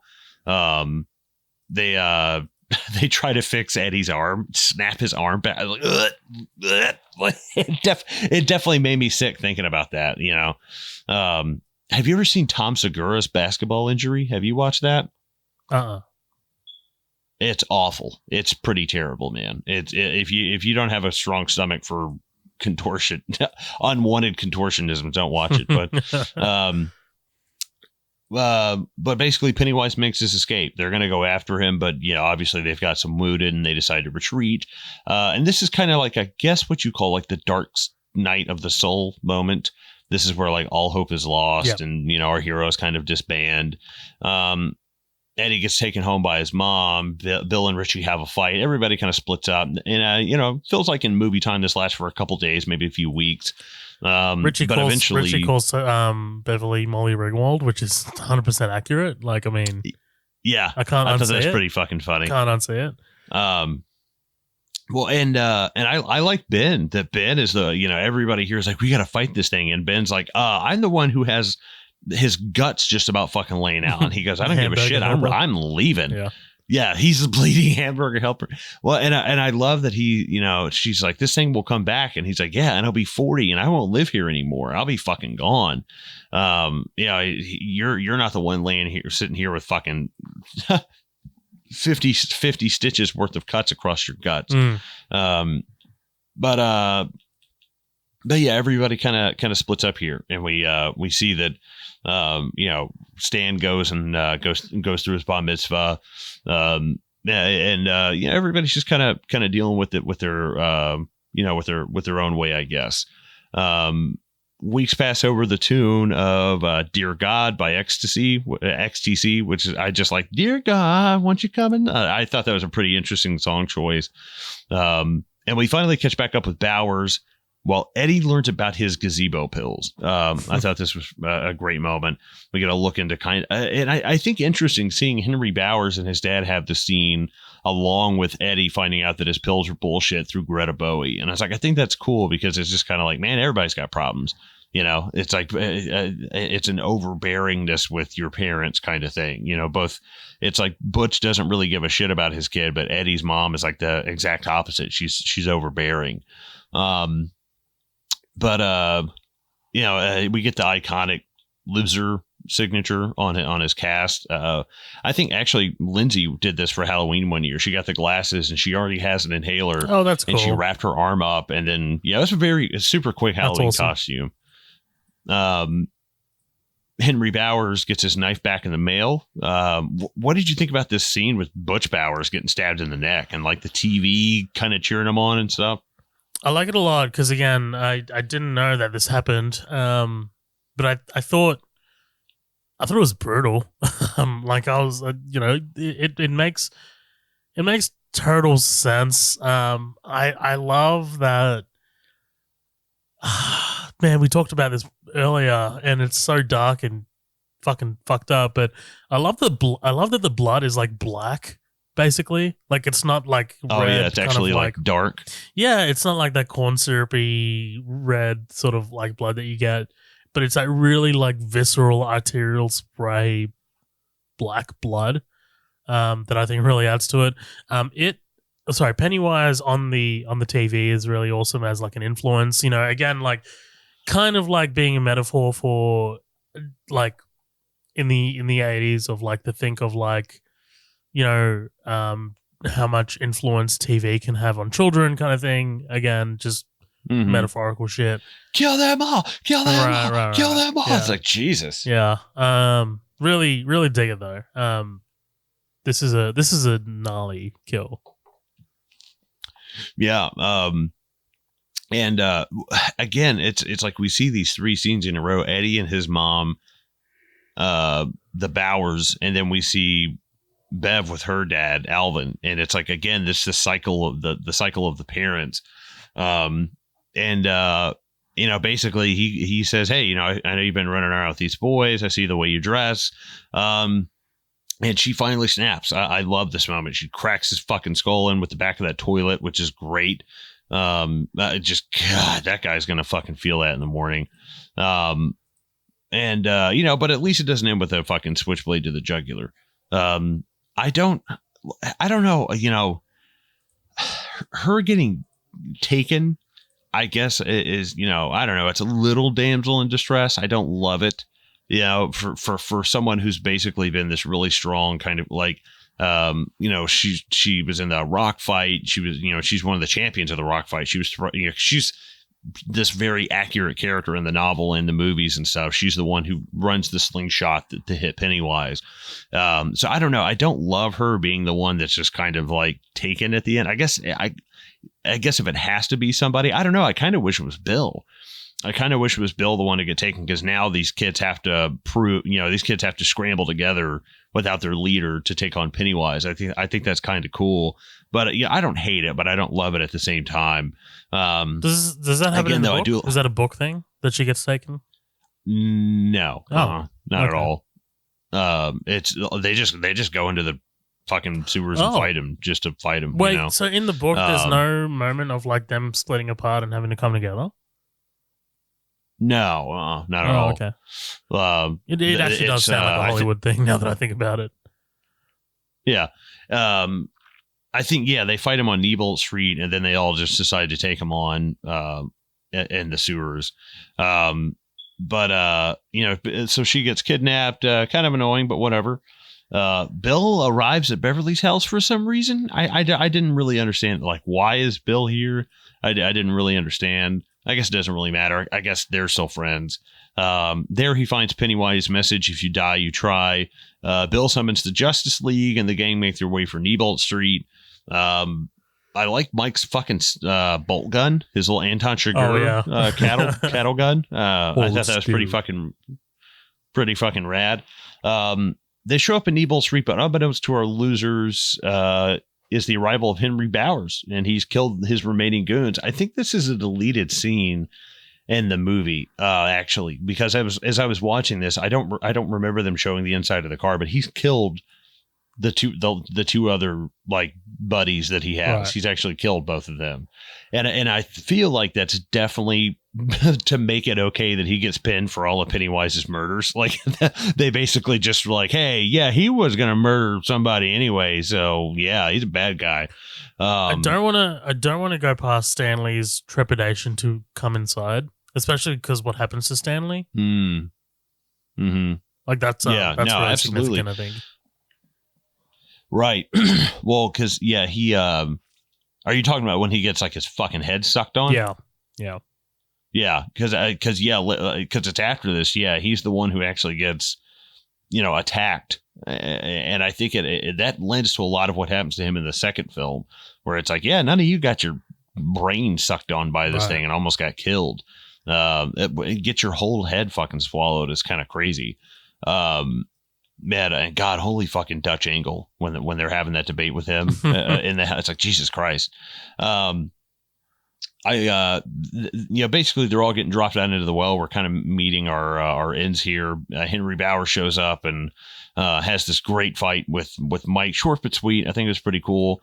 And he basically gives him the fucking shoulder and knocks him down the well. He survives this, right? Like, yes, somehow, yes, he survives this, and right, maybe. And that's yeah. Well, and in the second chapter 2, it's like he survives, and then it's just him down there with all these dead bodies, and I'm like, dude, Jesus Christ! It's like, how are you gonna pin? Like, this kid at least has an alibi for like 70% of these murders. Right. like what are you gonna fucking do? So he ends up knocking Henry Bowers down the well, who amazingly survives, which of course, you didn't see a body. Of course he's not dead. He literally gets shafted. He literally gets fucking shafted. He'll be here all week, ladies and gentlemen. well, that's the end for you. Once in the heart of the standpipe, the group locate Beverly and dozens of the missing floating in the air. Ben breaks Beverly's trance with a kiss, thus passing the knowledge of him writing the poem onto her. I don't know. I didn't hate that. I thought it was kind of cute. I didn't absolutely love it, but I didn't absolutely hate it either.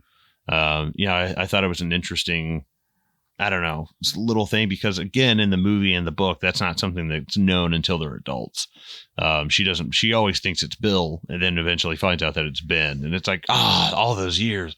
Well, what did you think about this whole thing? Once he kidnaps Beverly and does like the whole deadlights and shit to her. I mean, obviously, I think all of us know she's going to be just fine. But what did you think about this whole set dressing and the standpipe? Yeah, I thought this was it's pretty cool. I mean, like him doing the dance thing is wild. There's something unsettling about it, especially the look on his face is just so fucked up. I mean, like it's so incredibly like digital and whatever, but like it looks like it's unsettling. I think unsettling is the word to use for this movie. It doesn't really reach the heights of scary, but I love this moment where he grabs her and his face kind of like contorts and becomes like this giant face vagina, and like so the deadlights is a big thing in the book, right? Because I remember reading about deadlights back in the day when this was coming out. Yeah, the deadlights are like the real physical form of Pennywise. Okay. Like, it's in a universe outside our universe called the Macroverse, and that's where like the fuck. So basically, isn't he a space alien? Yes. Isn't that a yes? He's definitely. There's like Maturin the turtle, which there's a shit ton of turtle references in this movie. We just didn't really talk about them. Dude, King was high as fuck when he wrote this thing. I guarantee you. Oh yeah. Yes, the ending of the book is just absolutely fucking, and like the Pennywise lays like eggs and shit. Like it's fucking crazy. It's a lot different from this. But he basically whatever he takes the physical form of, if he's going to be a werewolf and scare the kids, he's going to have to obey werewolf. He can't touch silver. If he's a vampire, he can't be out in daylight. Like he has to abide by the physical limitations of whatever he's doing. So they basically have to defeat him in the novel, like on a 2-pronged attack, like in a psychic battle of minds, and then also this like spider physical form, like kind of thing. But like I said, Ben finally breaks the Beverly's trance, gives her a kiss without her permission. He gets canceled the next day and has to get transferred to a different school. Unconsenting. Consent. Ben, consent. Come on. I would love if Pennywise was like, oh, he's like, I don't know why he turned into Mickey Mouse.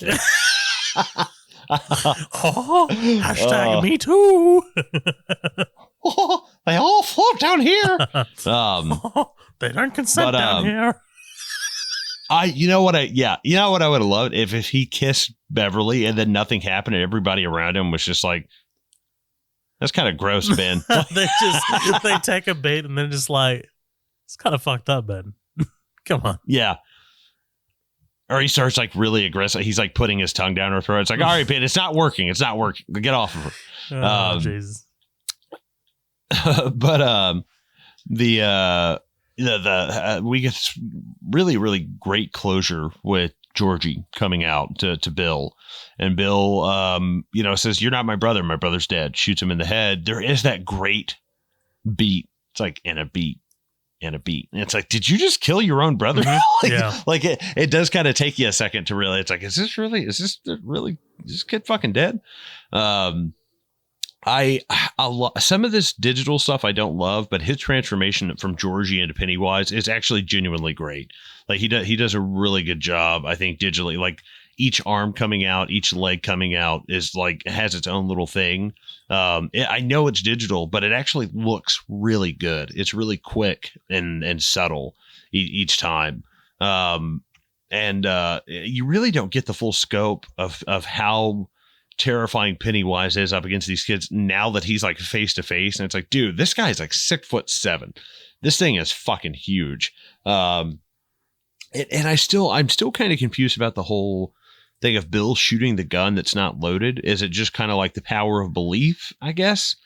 Yeah, I think Bill what you thinks said, that it's loaded. like it kind of ties into what I believe is that it ties into what you were saying is that, you know, these kids are like later they have to fight him like kind of like psychically, right? So it's already sort of like planting the seeds of that, sort of like we need to believe that there is that this thing is loaded, because if Pennywise is using his sort of like fantastical skills to conjure up these things and, you know, all of that, then these kids have to meet him on that sort of like wavelength as well. That's kind of what I think is happening here.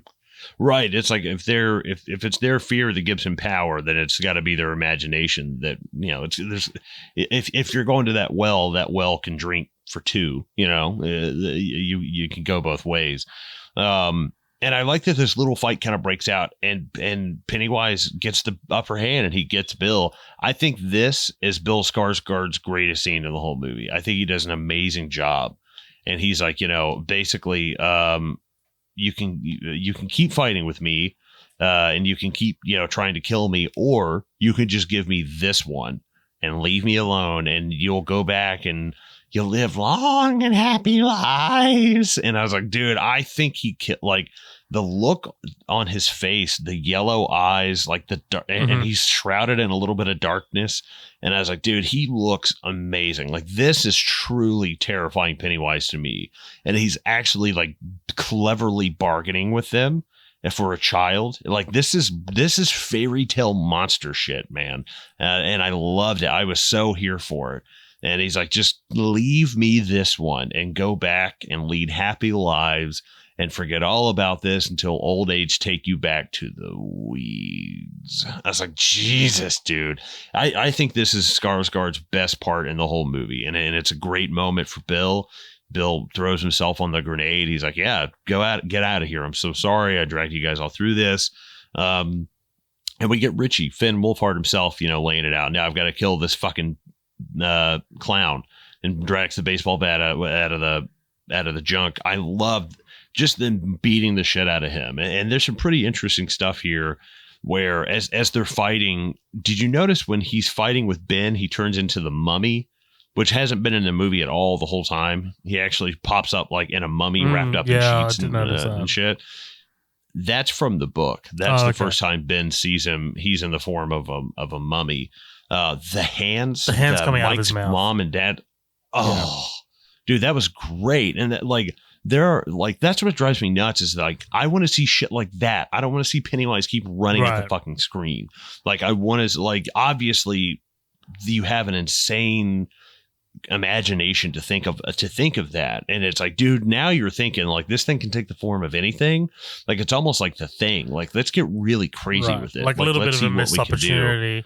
I do like what this does on like a story level though. Like, I mean, like these kids individually and together working through their demons and fears and actually fighting back against them, and like kind of like having to overcome what they're deathly afraid of is really like, I think that's really powerful storytelling. It's awesome. Well, and it taking the form of each one of their, you know, it takes the leper, it takes the place of Beverly's dad, and you know, that's what's funny is Pennywise never really takes the form of anything for Beverly that's that terror. It never really takes the form of her dad until now. It's not a werewolf or a mummy or a Frankenstein. It never really does anything to Beverly like that. It's not really here until the end that it really fucks with her on like a personal level, except for the blood and shit, obviously. But this thing taking the form of her dad and her literally ramming this thing down his throat, it's just great. The squirming, you know, he's getting away, he's trying to run. And they're saying, you know, it's basically over for you. You're going to starve. I love Pennywise's backflip and I love him dropping down, but I still don't know how I feel about just fear. And he drops I'm like, I don't know if I like that or not. It's been 5 years. I'm still kind of weird about like his final line as his head is cracking open and disappearing into the ether. And I do like that. Like his head cracking open and peeling away kind of reminds me of how Voldemort dies in Deathly Hallows Part 2. Like just kind of like the ash. Yeah, I don't know. But like, here's the thing. We knew by this point that he'd be coming back. So like, I think maybe on this viewing, the thing that finally popped into my head was, Pennywise has never felt fear. Like, he's been on Earth for millions of years. Like, this is my domain. To finally feel this feeling, the thing that I have been ingesting for eons, and now I'm finally feeling it for the first time. It almost felt like Dark Knight Rises when he's like, so that's what that feels like. Like it just kind of cracked me up to being like, fear. I was like, oh, okay, that's interesting. Like, oh, this is what this feels like. Yeah, I like that read. We got all the bodies dropping down from the standpipe. Bill finally gets some real closure. He finds Georgie's slicker, which I think is great. And I think that's things like, we know he's dead, but let's give Bill closure. And like, no, he's definitely dead. Like, he's he's not one of those kids floating up there. Like, he's dead. Which I think is great. I think it kind of puts like, Bill has actually a really good arc in this that I like, of him coming to terms and like going through denial and acceptance, anger. He's for such a young actor and such a young character to be put in that position. He does a really good job. And I think the writing, they do a really great job with Bill. And they make the blood pact. If this thing ever comes back, we're going to come back too. That's just the way it is. They all cut their hands open, which is way better than a fucking gangbang. But that's what kind of cracks me up, is the fact that the child, the child train running is not something where it's like, oh, we're doing this so we'll all remember to come back. Like, your first time okay, we're going to tie this in with a memory of or the first time doing something like that might even make some kind of sense. But the child gangbang is basically just like, and Stephen King explains it better, but there's just not, he was like, yeah, I just wanted to symbolize blah, blah, blah. And I was like, I don't know. It makes a little bit more sense in terms of the book once you read it, but I don't know. I think this works so much better as like the actual shedding of blood, So trying to justify it. Stephen King's just over here like, oh, he does. Oh, Your Honor. It's justified. Yeah. Actually, there is something that I wanted to play. So you wrote a book that has children having sex with each other. Who would do that? Mr. King, when you sit down? You brought a 6-pack of Coors Light and a pizza. Who does that? I'm just this scene with the blood pact. Now, I'm just gonna play you something a little. I got a knack for delivering bad news. I don't know how to tell you this, Mr. Devaney, so I'll let these guys do it. You have AIDS. Yes, you have AIDS. I hate to tell you, boy, that you have AIDS. You got the AIDS. You may have caught it when you stuck that filthy needle in here.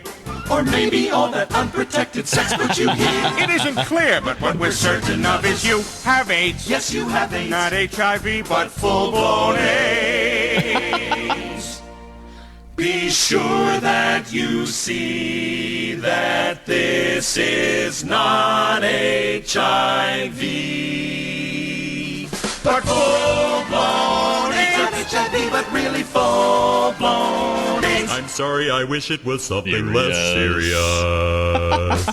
But it's AIDS. You've got the AIDS.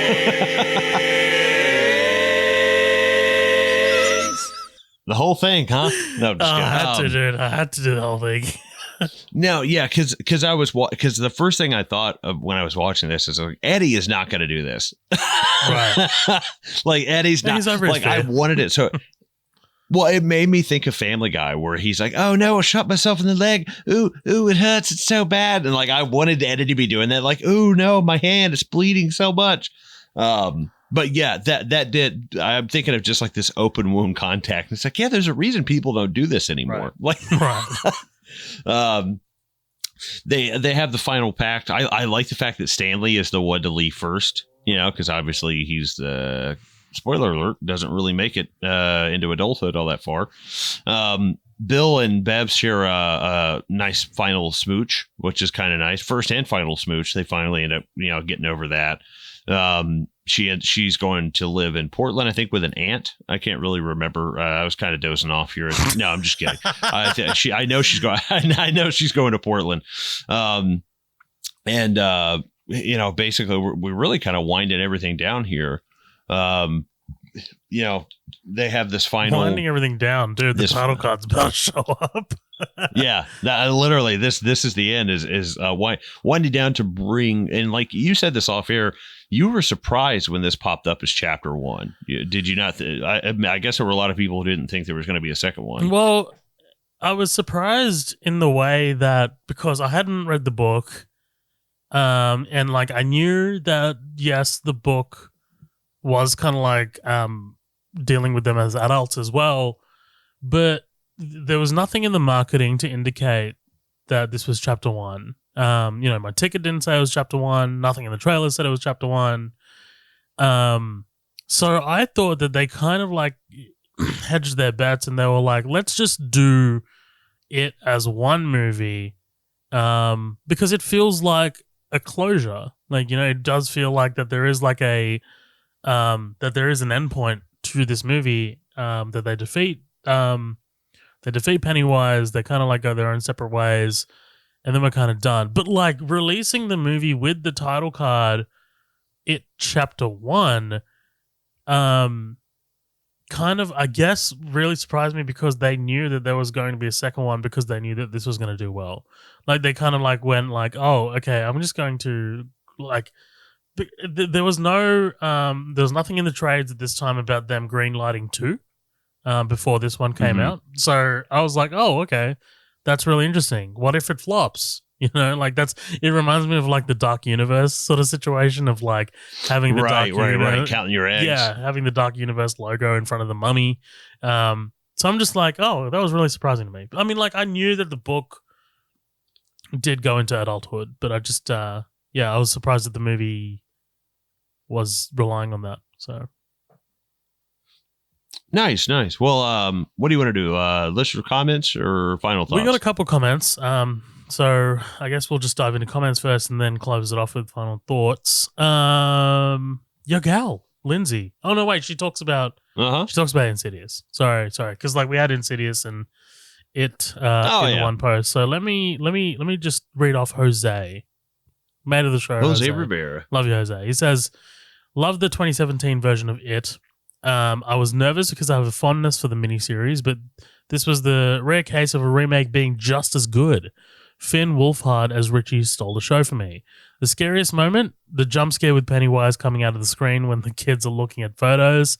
Yeah, when he's kind of like leaning over the wall, like out of the wall. Right. Jose says, my one gripe, I still don't like the literal floating with the kids. It's just not needed. That's a good point. Yeah, that's a good point. He says, I've rewatched this one a few times and find something I like with each new viewing. The sequel, not so much. Thank you so much, Jose. Really appreciate the comments as always, brother. Appreciate it. Nice. I'm going to read off Danielle Cutter. Hello, Danielle. Hope you're doing good, buddy. She said, I love the new It movies, though I'm actually more of a fan of the second chapter. Controversial, I know. The movies did a great job capturing the essence of the story. The friendship between the Losers Club while also bringing the terror. The library scene with the young Ben and the fortune cookie scene in part 2 are my favorite scary moments. Pause right there. And the cast, holy shit. Pause right there. Yeah. Yes, I really dig that fortune cookie scene. But the one thing that I never forget about the second one is the Thing reference, when they reference the Thing with the spider head. Oh, yeah, dude, it's been told. I saw it once in theaters, and I haven't watched it again. Okay. I haven't watched it since it came out. But she says, and the cast, holy shit, that was some masterful acting. And Finn Wolfhard and Bill Hader are utter perfectionists. Richie Trashmouth Tozier, yes. The two of them are James Ransone. James Ransone and Jack Dylan Grazer are perfect together as that character, but also Wolfhard and Hader are just absolutely perfect. Agree, yeah. It is my favorite King novel, and I'm a huge fan of the miniseries. So these movies had a lot to live up to, and they definitely exceeded my expectations. Thank you, and I'll save the rest of Daniel's comment for Insidious whenever we cover that, which will be coming up next. Yep, absolutely. And I'm going to close this off with Carlos Freitas. Thank you so much, Carlos, for commenting. He says, "It Chapter 1 was great, not scary, but really shouldn't be, right? I mean, the story is about a creature that scares children, not adults. That said, the movie's plenty creepy. The kids are excellent." Yeah, I think that's a great point. I think that's really apt because, like I said, it's not really scary. It's just really, really creepy and really unsettling. So yeah. Yeah, absolutely. Well, I mean, my final thoughts. I think this is a very good movie. I think that it had its time in the sun. I will say the hype for it, I think at the time was a little bit too much. I think people were, you could not escape this shit. It was fucking everywhere when this came out. And then, the fact that this led to like those fucking clown sightings and stuff, it was like, it was the phenomenon that lasted 8 months, and then after that, everybody kind of forgot about it. But I think that it's the second best It movie. I like the miniseries. Personally, it's just a miniseries. It's just that's my take on it. It's just that's what scared me to death as a kid. Is like one of the first horror movies I ever watched. So it's never going to knock that from it. Objectively, yeah, it's a better film. But personally, I have so much nostalgia for the first one. I can't possibly be objective and like separate myself from it. The Chapter 2, I really don't like it. I think there might be elements of it I'd appreciate more if I just gave myself the 3 hours to watch it. But it's like, I already gave them 3 hours once. I literally went to the theater by myself on opening night and saw it because I had just come off of watching the first one again with some friends. And I wish I had waited for it to come out on HBO Max. But that being said, I do like the cast in the second one. James McAvoy's pretty good. Bill Hader's the best part of that movie for sure. And James Ransone is really great as well. But all in all, I think this is a fine, addition, to the Stephen King universe. I think that in terms of his film adaptations, it could be a lot worse. I think this is probably not as good as you're going to get for a Stephen. There's movies like The Shining and Shawshank and Green Mile, and this is not one of those movies. But this is definitely the tier right below. Like those are masterpieces. Like those are things that are taught in film school, and it is more of an entertaining horror film that has, what is this movie really about? Child mortality? Is it about growing up? Is it about moving on? There's so many different things that you can kind of infer from that and interpret in your own way. And I have my own personal ideas on that.